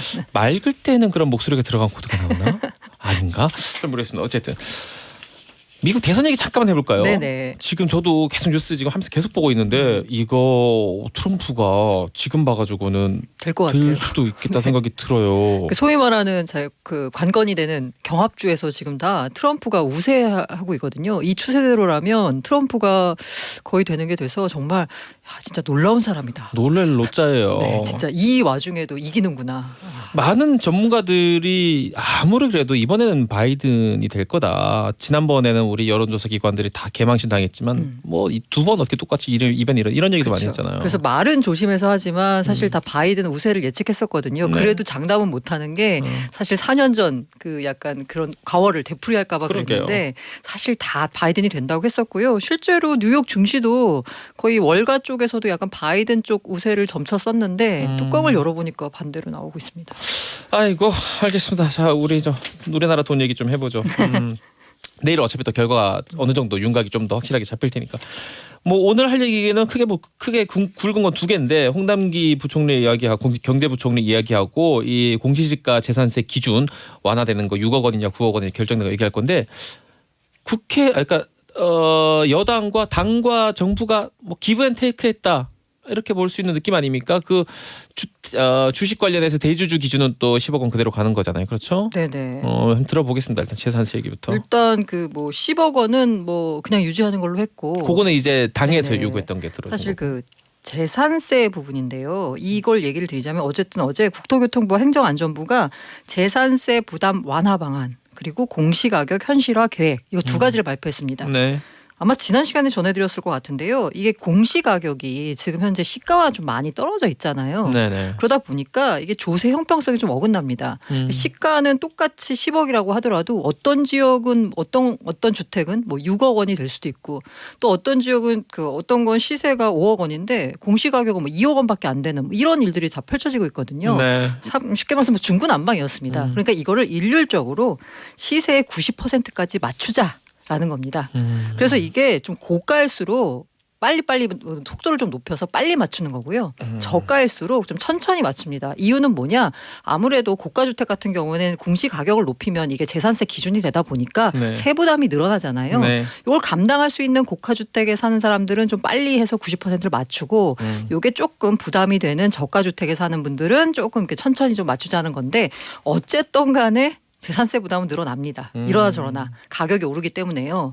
그러니까 이제 좀 말이 나왔거든요. 게다가 이거 뭐 지난 시간에 전해드렸지만 이거 증세 아니냐, 꼼수 증세 아니냐는 얘기까지 나왔고 그러다 보니까 야 그러면 우리가 중저가 주택에 대해서는 재산세를 낮춰준다라는 얘기가 나왔었고 그게 이제 6억 원 1주택 으로 정해졌습니다. 네. 근데 이걸 계속 낮춰주는 건 아니라요. 이렇게 급격하게 세금 부담이 늘어나는 충격을 완화하기 위해서 일단 3년만 해보고 그다음 3년 뒤에는 한번 다시 생각해보자 이렇게 됐습니다. 얼마나 낮춰주냐.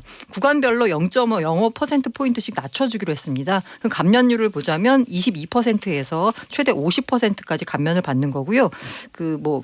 그냥 금액으로 보자면 최대 한 18만 원까지 재산세 부담이 줄어듭니다.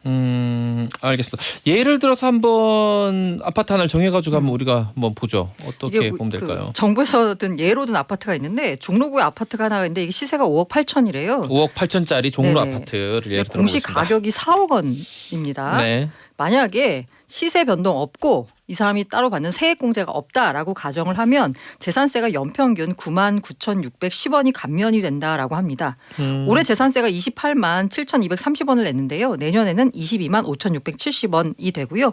2023년에는 27만 3,050원으로 줄어든다라고 합니다. 네. 이 계산이 어떻게 되냐면요. 공시가격 현실화하는 건 높아지는 거잖아요. 세금 부담이 늘어나는 거죠. 근데 깎아주는 건 줄어드는 거예요. 이걸 다 감안해서 조정해 보니까 이 정도 효과가 나온다라는 겁니다. 알겠습니다. 이렇게 이해하시면 될 것 같고 이게 이제 한 시세 한 5억 8천 정도고 지금 현재 2020년 지금 현재 장치로 한 4억 정도 되는 아파트를 얘기했고 자 서울은 일단 이거보다 기본적으로 조금씩은 다 비쌉니다. 더 비싼 아파트가 많죠. 그 중에서 좀 고가 주택 얘기를 한번 해보겠습니다. 요 고가 주택 같은 경우에는 사실 정부가 이렇게 예시로 제시한 건 아니고요. 이제 그 기자들이 분석한 기자들이 거죠. 시뮬레이션 한 그래서 거죠. 시뮬레이션 하죠. 이제 뭐 은행 같은 데다가 은행 뭐 부동산 센터에다가 이제 해서 한번 시뮬레이션 해봐달라라고 하는데 일단 그 6억 원 이하는 당연히 떨어집니다. 네. 근데 그게 넘어가면 그 세금 부담이 늘어날 수밖에 없고요. 주택 가격이 비싸질수록 더 급하게 늘어납니다. 예를 들어서요. 마포구에 시세 15억짜리 아파트가 있다라고 치면 올해 보유세로 한 243만 원 냈거든요. 네. 2023년에는 408만 원 정도 내고요. 송파구 20억 원짜리 아파트가 있다. 그러면 528만 원 냈습니다. 올해. 근데 3년 뒤에는 889만 원 정도를 냅니다. 좀 어쨌든 부담 자체가 늘어나죠. 근데 이 마포 마레프 한 84제곱미터 정도 되는 맞습니다. 것 같고 그다음 네. 엘스 리센츠 요쪽에 한 33평 정도 되는 것 완전 같네요. 전문가시네요. 그다음에 이런 이게 아파트들이 이렇다. 이 숫자만 놓고 보면 약간 헉하는 게 사실 야, 이 정도 사는 사람이면 이 정도 세금을 내야 된다라는 주장이 있고요. 네. 또 한쪽에서는 야 이게 뭐 내가 원래부터 부자도 아니고 원래부터 살다 보니까 여기 집값이 이렇게 높아진 건데 이걸 나보고 부담하라고 하는 또 이런 여러 가지 양쪽의 주장이 있습니다. 근데 이제 그래요. 예로 들었던 시뮬레이션이 놀라운 게 이 레미안 대치팰리스 여기가 좀 비싼 아파트잖아요. 네네네. 한국과 한복판에 있죠. 네, 이게 시세가 33억 원 정도라고 합니다. 공시 가격은 20억 7,200만 원이고요. 제가 아까 비쌀수록 더 빨리 현실화를 높인다고 했잖아요. 이 아파트 경우에는 그 현실화율 90%를 2025년에 5년 뒤에 달성합니다. 이렇게 되면 보유세 부담이 지금도 좀 많이 내긴 합니다. 1,328만 원. 그런데 2025년에 되면 4,754만 원을 내게 돼요. 만약에 이게 그대로라고 가정을 하면. 이렇게 이건 되면 정말 보통 돈이 아니네요. 이 정도 되면. 네. 이게 연봉이잖아요.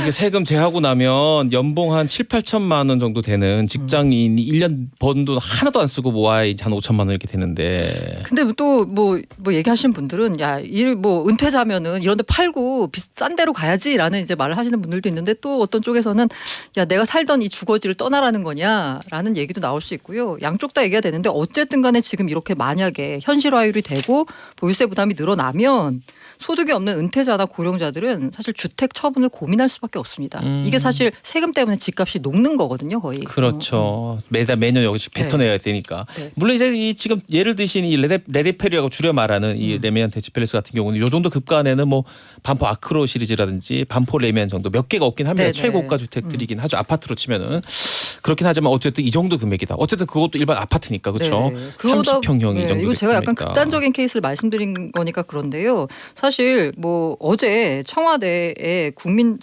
소통 게시판이 또 있더라고요. 네. 이러저러하는 걸 이제 소통하는 게시판인데 어떤 직장인이 야 능력 안 되면 집을 팔아야 되는 거냐.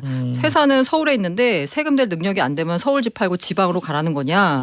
1주택 실려 거주자는 어쩌라는 거냐. 답변 좀 듣고 싶다라는 이제 이런 글이 올라왔는데 이분 보니까 7년 전에 이제 아파트 한 채를 산 거예요. 7년 네. 전이면 가격이 좀 쌌을 제일 쌀 때죠. 때잖아요. 7년 전 제일 쌀 때죠. 사고 있는데 갑자기 이제 세부담이 늘어난 거예요. 재산세가 2배 가까이 올랐는데 그간에도 네. 이게 자기는 아무것도 한 거 없는데 집값이 오르면서 근데 앞으로 현실화를 하게 되면 여기서 또 2배가 또 오르는 거잖아요. 그러게요. 이렇게 되면 부담이 안 되니까 집 팔고 그럼 지방으로 가라는 거냐라는 얘기가 올라왔고 일부 이제 사람들이 여기에 이제 동의하는 분들도 있고요. 왜냐하면 어쨌든 이 재산세가 내는 게 약간 미실현 이익에 대한 과세다라는 얘기가 있어요. 꾸준히 나오는 얘기죠. 그건. 네. 그리고 원론적인 약간 얘기. 이런 좀 불만들이 최근에 이제 집값이 급등한 지역에서 많이 나오고 있습니다. 뭐 마포나 용산 이러다 보니까 서울에 있는 여당 의원들 가운데서도 이렇게 집값이 급등한 지역에 있는 그 의원들 사이에서는 이거 좀 너무 재산세 증가가 가파르다. 라면서 좀 약간 정부 입장과 좀 반대 의견을 내는 좀 목소리도 좀 나오고 누가 있고요. 있을까요, 정치인? 노웅래 의원이요. 노웅래, 마포죠. 마포입니다. 네네. 노웅래. 여기가 대표적으로 많이 오른 데잖아요. 네네네. 그러다 보니까 여기 이제 사는 뭐 주민들 입장에서는 갑자기 앉았는데 세금만 많이 내게 됐으니까 이런 불만을 표시하는데 저는 약간 이 통계를 보고 약간 깜짝 놀란 게요. 행정안전부가 6억 원으로 결정을 했다라고 하면서 나온 게 뭐냐면 이게 만약에 지금 현재 1가구 1주택이 1,086만 가구가 있다라고 합니다. 네. 전국에. 근데 공시가격 6억 원 이하인 가구가 94.8%. 1,030만 가구에 해당되는 거예요. 그러니까 제가 이걸 보면서 약간 반성을 한 게 제가 서울만 보고 있다 보니까 그러게요. 중위 가격이 또. 10억 원이 넘고 맞아. 뭐 제 많이 주변에 했죠. 사실 뭐 야 6억 원짜리 아파트면 진짜 저가 아파트잖아요. 일단 이 저희 SBS 방송국 주변에 다 둘러봐도 6억 이하는 없습니다. 네. 안 보여요. 그런데 이제 그 전국으로 봤을 때 1가구 1주택 경우 공시가격 6억 원 이하가 1,030만 구가 대부분이다라는 거니까 아 이거 조금 약간 반성했다고 해야 되나? 그러게요. 그런 생각이 좀 들기도 했습니다. 이런 거 보면 또 저 지역 불균형이라고 해야 되나? 네, 부동산 맞습니다. 가격도 심각한 수 있습니다. 아마 그 노웅래 의원 같은 경우는 여기가 이분 사무실이 그 대흥 염리고 역 앞에 네네, 있거든요. 맞아요. 거기 지금도 이미 많이 개발됐고 계속 개발 중이라서 뭐 지역 주민들한테 전화가 아마 하루에 수십 통씩 올 겁니다. 뭐 그런 상황은 제가 이해는 합니다. 자, 이 부작용도 한번 살펴봐야 되지 않겠습니까? 이게 뭐가 어쨌든 있을까요? 제가 3년 동안 일단 낮춰준다는 거잖아요. 네. 그러면 3년 끝나고 나면 그 다음부터는 일단 오르게 돼 있습니다. 무조건. 다 모든 주택이다. 모든 주택이 다. 그러니까 약간 불만이 나오고 있고요. 일단 정부 입장은 그때 가서 보자라는 겁니다. 시장 상황은. 네. 그래서 어쨌든 올라간다는 거고요. 두 번째가 제일 문제인데요. 제가 그 공시 가격은 재산세 기준이 되기도 하지만 여러 가지 사회 보장성 그 보험료 이거의 기준이 되기도 합니다. 대표적인 게 이제 건강보험료거든요. 네. 근데 공시 가격이 오르면 건강보험료까지 올라갑니다. 직장 가입자의 경우에는 상관이 없는데 지역 가입자의 경우에는 이 집을 기준으로 해서 이 보험료가 정해지거든요. 그러다 보니까 정말 아무것도 한 거 없는데 공시 가격이 오르면서 보험료까지 오르는 상황이 펼쳐지거든요. 그렇게요. 특히나 이제 뭐 은퇴자나 아니면 지금 소득이 없는 분들 같은 경우는 이게 가장 큰 문제인데 이에 대해서는 이제 복지부가 하는 얘기가 뭐냐면 2022년 7월부터 앞으로 지역 가입자의 경우에도 재산이 아니라 소득 중심으로 건보료 체계를 바꾸겠다라고 얘기를 했습니다. 그러니까 뭐 그 공시 가격이 올라가지만 어쨌든 건보료 체계를 바꿀 테니까 이런 부작용은 최소화하겠다라는 게 정부 입장이고요. 마지막으로는 뭐 사실 현실화가 안 됐기 때문에 우려입니다. 현재로서는. 늘어난 보유세 부담이 결국 임차인에게 가는 거 아니냐라는 건데요. 이렇게 되면 대표적으로 하는 게 지금 전세 들고 있는데 반전세격을 해가지고 증가된 재산세만큼 맞아요. 월세로 받는 네, 거죠. 그런 경우들이 많이 있었죠. 지금까지. 지금까지 있어왔기 때문에 앞으로도 있는 거 아닌가라는 우려가 나오고 있습니다. 알겠습니다. 자, 이런 정책들을 다 최종 지휘했던 분입니다. 이 김현미 국토부 장관과 더불어 이 부동산 정책 20번이 넘는 부동산 정책을 만드느라고 정말 고생은 많이 하고 고생대로 욕은 욕대로 많이 먹으신 분인데 홍남기 경제부총리 사의 표명이 이게 뭐 경제 뉴스에도 실려 있고 정치권에도 실려 있어요. 네. 근데 오늘 오전에 보니까 또 다시 다시 한번 데코리아 뭐 이런 느낌이 든대요. 네, 어쨌든 오늘 오전에요. 이제 여야 의원들이 사퇴 문제에 대해서 분명한 입장을 밝혀라라고 하니까 인사권자 뜻에 맞춰 직무 수행에 최선을 다하겠다라고 밝혔습니다. 네. 사실 어제요 공개적으로 사의를 표명했습니다. 이게 사의를 표명할 수는 있거든요. 그런데 공개적으로 하는 거는 사실 그냥 일반인들이 보기에도 이건 뭔가 항명이다. 그렇죠. 정치적인 네. 뜻이 있다라고 네. 볼 수밖에 없거든요. 그래서 이제 깜짝 놀랐는데 어제 어쨌든 펼쳐진 일이 뭐냐면 이제 여당 쪽 의원들에서 대주주 양도세 강화 방안에 대해서 물었습니다. 이거 어떻게 할 거냐라고 했더니 홍남기 부총리가 정말 결연하게 저는 반대 의견을 제시했지만 최근 고위 당정청 회의에서 일단 현행 지금 10억 원을 네. 유지하는 것으로 결정했다. 그런데 이거 두고 지금 2개월간 그 설왕설래가 오갔잖아요. 네네. 시장에 혼란이 있었고요. 2개월간 갑론을박이 있던 상황에서 책임 있는 자세가 필요하다 싶어 제가 오늘 사의 표명과 함께 사직서를 제출했다라고 말했습니다. 이거 누가 묻지도 않았어요. 근데 본인이 그냥 내가 오늘 사표냈다라고 얘기한 거예요. 사실 이제 네 글자로 보란 듯이죠. 네, 보란 듯이. 근데 이거 내고 나서 청와대 측에서 근데 그거 우리 반려했다라고 하니까 홍남기 부총리도 어쨌든 밖으로 보이는 건 몰랐었나 봐요. 그래서 자기가 이제 국회 오고 막 왔다 갔다 하느라고 몰랐었다라고 했는데 어쨌든 청와대에서는 아니다. 반려한다. 우리는 부총리와 함께 가겠다라고 얘기했습니다. 이럴 수밖에 없는 게요. 사실 지금 경제가 그닥 이렇게 뭐 평안한 상황은 아니잖아요. 위태하죠 지금. 네. 전쟁이 있을 때 장수를 안 바꾼다라고 하잖아요. 뭔가 문제가 있어도 일단 전쟁이 끝난 다음에 책임을 물잖아요. 네. 지금 이렇게 경제 위기 상황에서 장수를 바꾸는 건 맞지가 않는 상황인 거고요. 실제로 그리고 3분기 우리 성장률이 잘 나왔습니다. 1.9%. 네. OECD 국가 가운데서 제일 잘 나왔거든요. 나름대로 이제 업적도 있는데 맞아요. 굳이 바꿀 이유는 없는 거잖아요. 그렇기 때문에 계속 유지한다라고 했었는데 어쨌든 어제 홍남기 부총리가 사의 표명까지 공개적으로 밝힌 데에는 그간의 누적된 불만이 터진 거다라는 해석입니다. 뭐가 참 많기도 했어요. 지금 우리 기자님께서 준비해 주신 자료가 한바닥인데 정말 보니까 야 이분 떡 실신돼서 안 실려간 게 다행이다 생각 정도로 뭐가 일이 되게 많았습니다. 네, 고생 많이 하셨어요. 이게 일종의 이제 기재부와 이 청와대 쪽에 약간 일종의 갈등이라고 해야 되나 이렇게 됐는데 결과적으로 청와대 의견으로 다 관철이 됐습니다. 그러니까 네. 정치권의 의견으로 관철이 된 거죠. 첫 번째로 가장 문제가 불거졌던 게 긴급재난지원금. 네. 이게 원래 기재부에서는 사실 나라 국간을 지키는 곳이잖아요. 재정 건전성이라고 하는 걸 걱정할 수밖에 없습니다. 끝까지 버텼죠 그때. 그러니까 이제 다 주는 건 좀 너무하다. 70%만 주자라고 했었는데 결국 이게 선거와 맞물리고 하면서 결국 다 주는 걸로 결론이 났고요. 네. 두 번째가 이제 금융투자소득세라는 걸 이제 정부에서 딱 만들었습니다. 어떻게 보면 소득이 있는 곳에 세금 있다라는 이 철학을 실천하기 위해서 지금까지는 주식에 대해서 세금 안 냈었거든요. 맞아요. 근데 이제 금융투자소득세를 신설해서 전면 과세하겠다라고 했어요. 근데 이 전면 과세하겠다고 하면 또 반발이 클 것 같으니까 기본 공제를 2천만 원까지 해주겠다라고 했어요. 근데 동학개미들이 들고 일어났죠. 네. 그러니까 5천만 원으로 올렸습니다. 결국 청와대가. 몇 달 전 얘기예요. 네네. 네. 그리고 이번에 나온 게 이제 끝까지 버틴 게 이 대주주 양도세 10억 원인데요. 이게 그 정부의 약간 경제 관료들이 중요하는 게 정책의 일관성이에요. 이 양도세 10억 원에서 3억 원 낮추는 거예요. 이미 2018년에 다 결정된 일입니다. 네. 근데 이제 와서 상황이 바뀌었다고 이제 바꾸는 거니까 사실 이것만큼은 양보하고 싶지 않았던 것 같아요. 제 느낌에. 제가 보기에도 이거 하나만큼 마지막 자존심이 아니었나. 근데 대주주 결과적으로 방어였건. 꼭 또 이제 그 정치권의 압력에 밀려서 10억 원으로 유지가 된 거죠. 게다가 이 홍 부총리는 사실 경제 관료 출신이잖아요. 네. 그간 여러 가지 패싱 논란이 일었습니다. 그러게요. 이른바 이제 장관들 중에서도 사실 부총리가 제일 높잖아요. 네. 경제 관료들 중에서는 거의 책임자고. 네, 그렇죠. 그런데 이게 부동산 관련된 대책이 나올 때 막 국토부 차관이 나와서 자기가 했던 말을 뒤집는 상황이 펼쳐지고 실세 장관 자존심 많이 밑에 상했을 있다. 거예요. 뭐 이러면서 네. 여러 가지 좀 갈등이 빚어졌어요.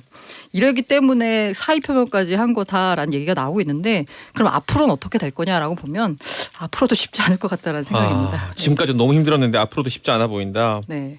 저는 그 생각해요. 우리가 뭐 정세균 총리가 있고 이 홍남기 경제부총리가 있지만 사실 실질적으로 이 중요한 정책들 지휘하는 거는 오히려 이 경제부총리 쪽에 더 많을 수도 있어요. 네. 어떻게 보면. 그러니까 정 총리는 엄마처럼 돌봐주는 역할이고 네, 맞습니다. 정말 민감하고 어려운 결정을 해야 되는 분은 홍남기 부총리인데 이 안에 다 있잖아요. 증시도 있고 부동산도 있고 무역도 있고 뭐 법인세가 왔다 갔다 하는 얘기도 있었고 뭐 온갖 게 다 있기 때문에 참 쉽지 않은 일을 하고 계신다. 근데 앞으로도 또 어려워 보인다. 네. 그래서 제가 약간 여러 가지 이제 댓글들 보는데 그게 너무 약간 좀 슬프더라고요. 댓글이 욕바지를 더 하시겠구나라는. 저도 지금 비슷한 마음입니다. 자, 마지막으로 짧게 이 미국 대선 관련해서 뭐 증시 전망 정도만 살짝 네. 들어보고 끝낼까요? 일단 증시는요. 처음에는 뭐 바이든이 이기면 뭐 약간 세금을 좀 많이 때리기 때문에 미국 기업들한테 안 좋을 거다. 뭐 빅테크 기업에 안 좋겠다. 뭐 여러 가지가 나왔는데요. 이게 사람들이 점점 제가 느낌을 받는 거는 언제나 상황이 어떻게 전개되든 간에 자기한테 유리한 쪽으로 뭔가 해석을 하는 느낌이에요. 네. 그래서 지금은 야 리스크 불확실성이 제일 문제였는데 일단 대선이 치러졌으니까 불확실성이 제거되는 거 아니야? 누구라도 라면서 정해지면. 어제 다 올랐습니다. 그리고 어제 많이 올랐어요. 어제 뉴욕 증시 다 올랐고요. 그다음에 죽다 살았어요. 네네네. 네. 트럼프가 이기든 바이든이 이기든 어쨌든 간에 돈을 많이 풀 거다라고 해서 이제 경기를 부양시킬 거다라는 기대감에 지금 다들 증시는 약간 흥분한 상황이고요. 그리고 그러게요. 이제 앞서서 나왔던 이제 증시 하락이 실은 이 불확실성을 이미 다 선반영한 거다라는 해석이 나오고 있습니다. 항상 조금 빨리 움직이긴 하죠. 네. 그리고 이에 대해서 이제 미국이잖아요. 우리 경제에 미친 영향 어떠냐? 그럼 이제 지금 현재 바이든인지 트럼프인지 모르겠지만 어쨌든 일각에서는 바이든이 되면 이제 미중 갈등이 좀 완화되는 거 아니냐라는 전망도 나왔었는데요. 최근에 나온 전망은 바이든이든 트럼프든 중국 때리기는 계속될 거다. 저도 그렇게 생각합니다. 네. 그렇기 때문에 요 가운데서 우리 기업들이 기회를 잘 잡아야 된다. 그래요. 우리 아까 중간에 홍남기 부총리 얘기하면서 좀 안쓰럽다는 얘기를 했더니 9877님께서 아유 이 좌편향 방송 이러는데 다시 한번 말하지만 홍남기 부총리 다른 정책들은 모르겠지만 부동산 정책에 대해서 저는 낙제점 주는 사람이에요. 좌편향 방송 아닙니다. 잘못된 건 잘못된 거고 사람이 안쓰러운 건 사람이 안쓰러운 거예요. 안쓰럽지 않습니까? 요 관련해서 홍남기 부총리가 본인의 또 그 집 사정이 전세 난민 됐다는 그러게요. 요게 희화화된 것도 상당히 좀 안쓰러워요. 곤혹스러웠다라고 합니다. 알겠습니다. 다음 주에 뵙겠습니다. 네, 지금까지 감사합니다. 시사특공대였고요. 12시 내일 다시 돌아옵니다. 잠시만요.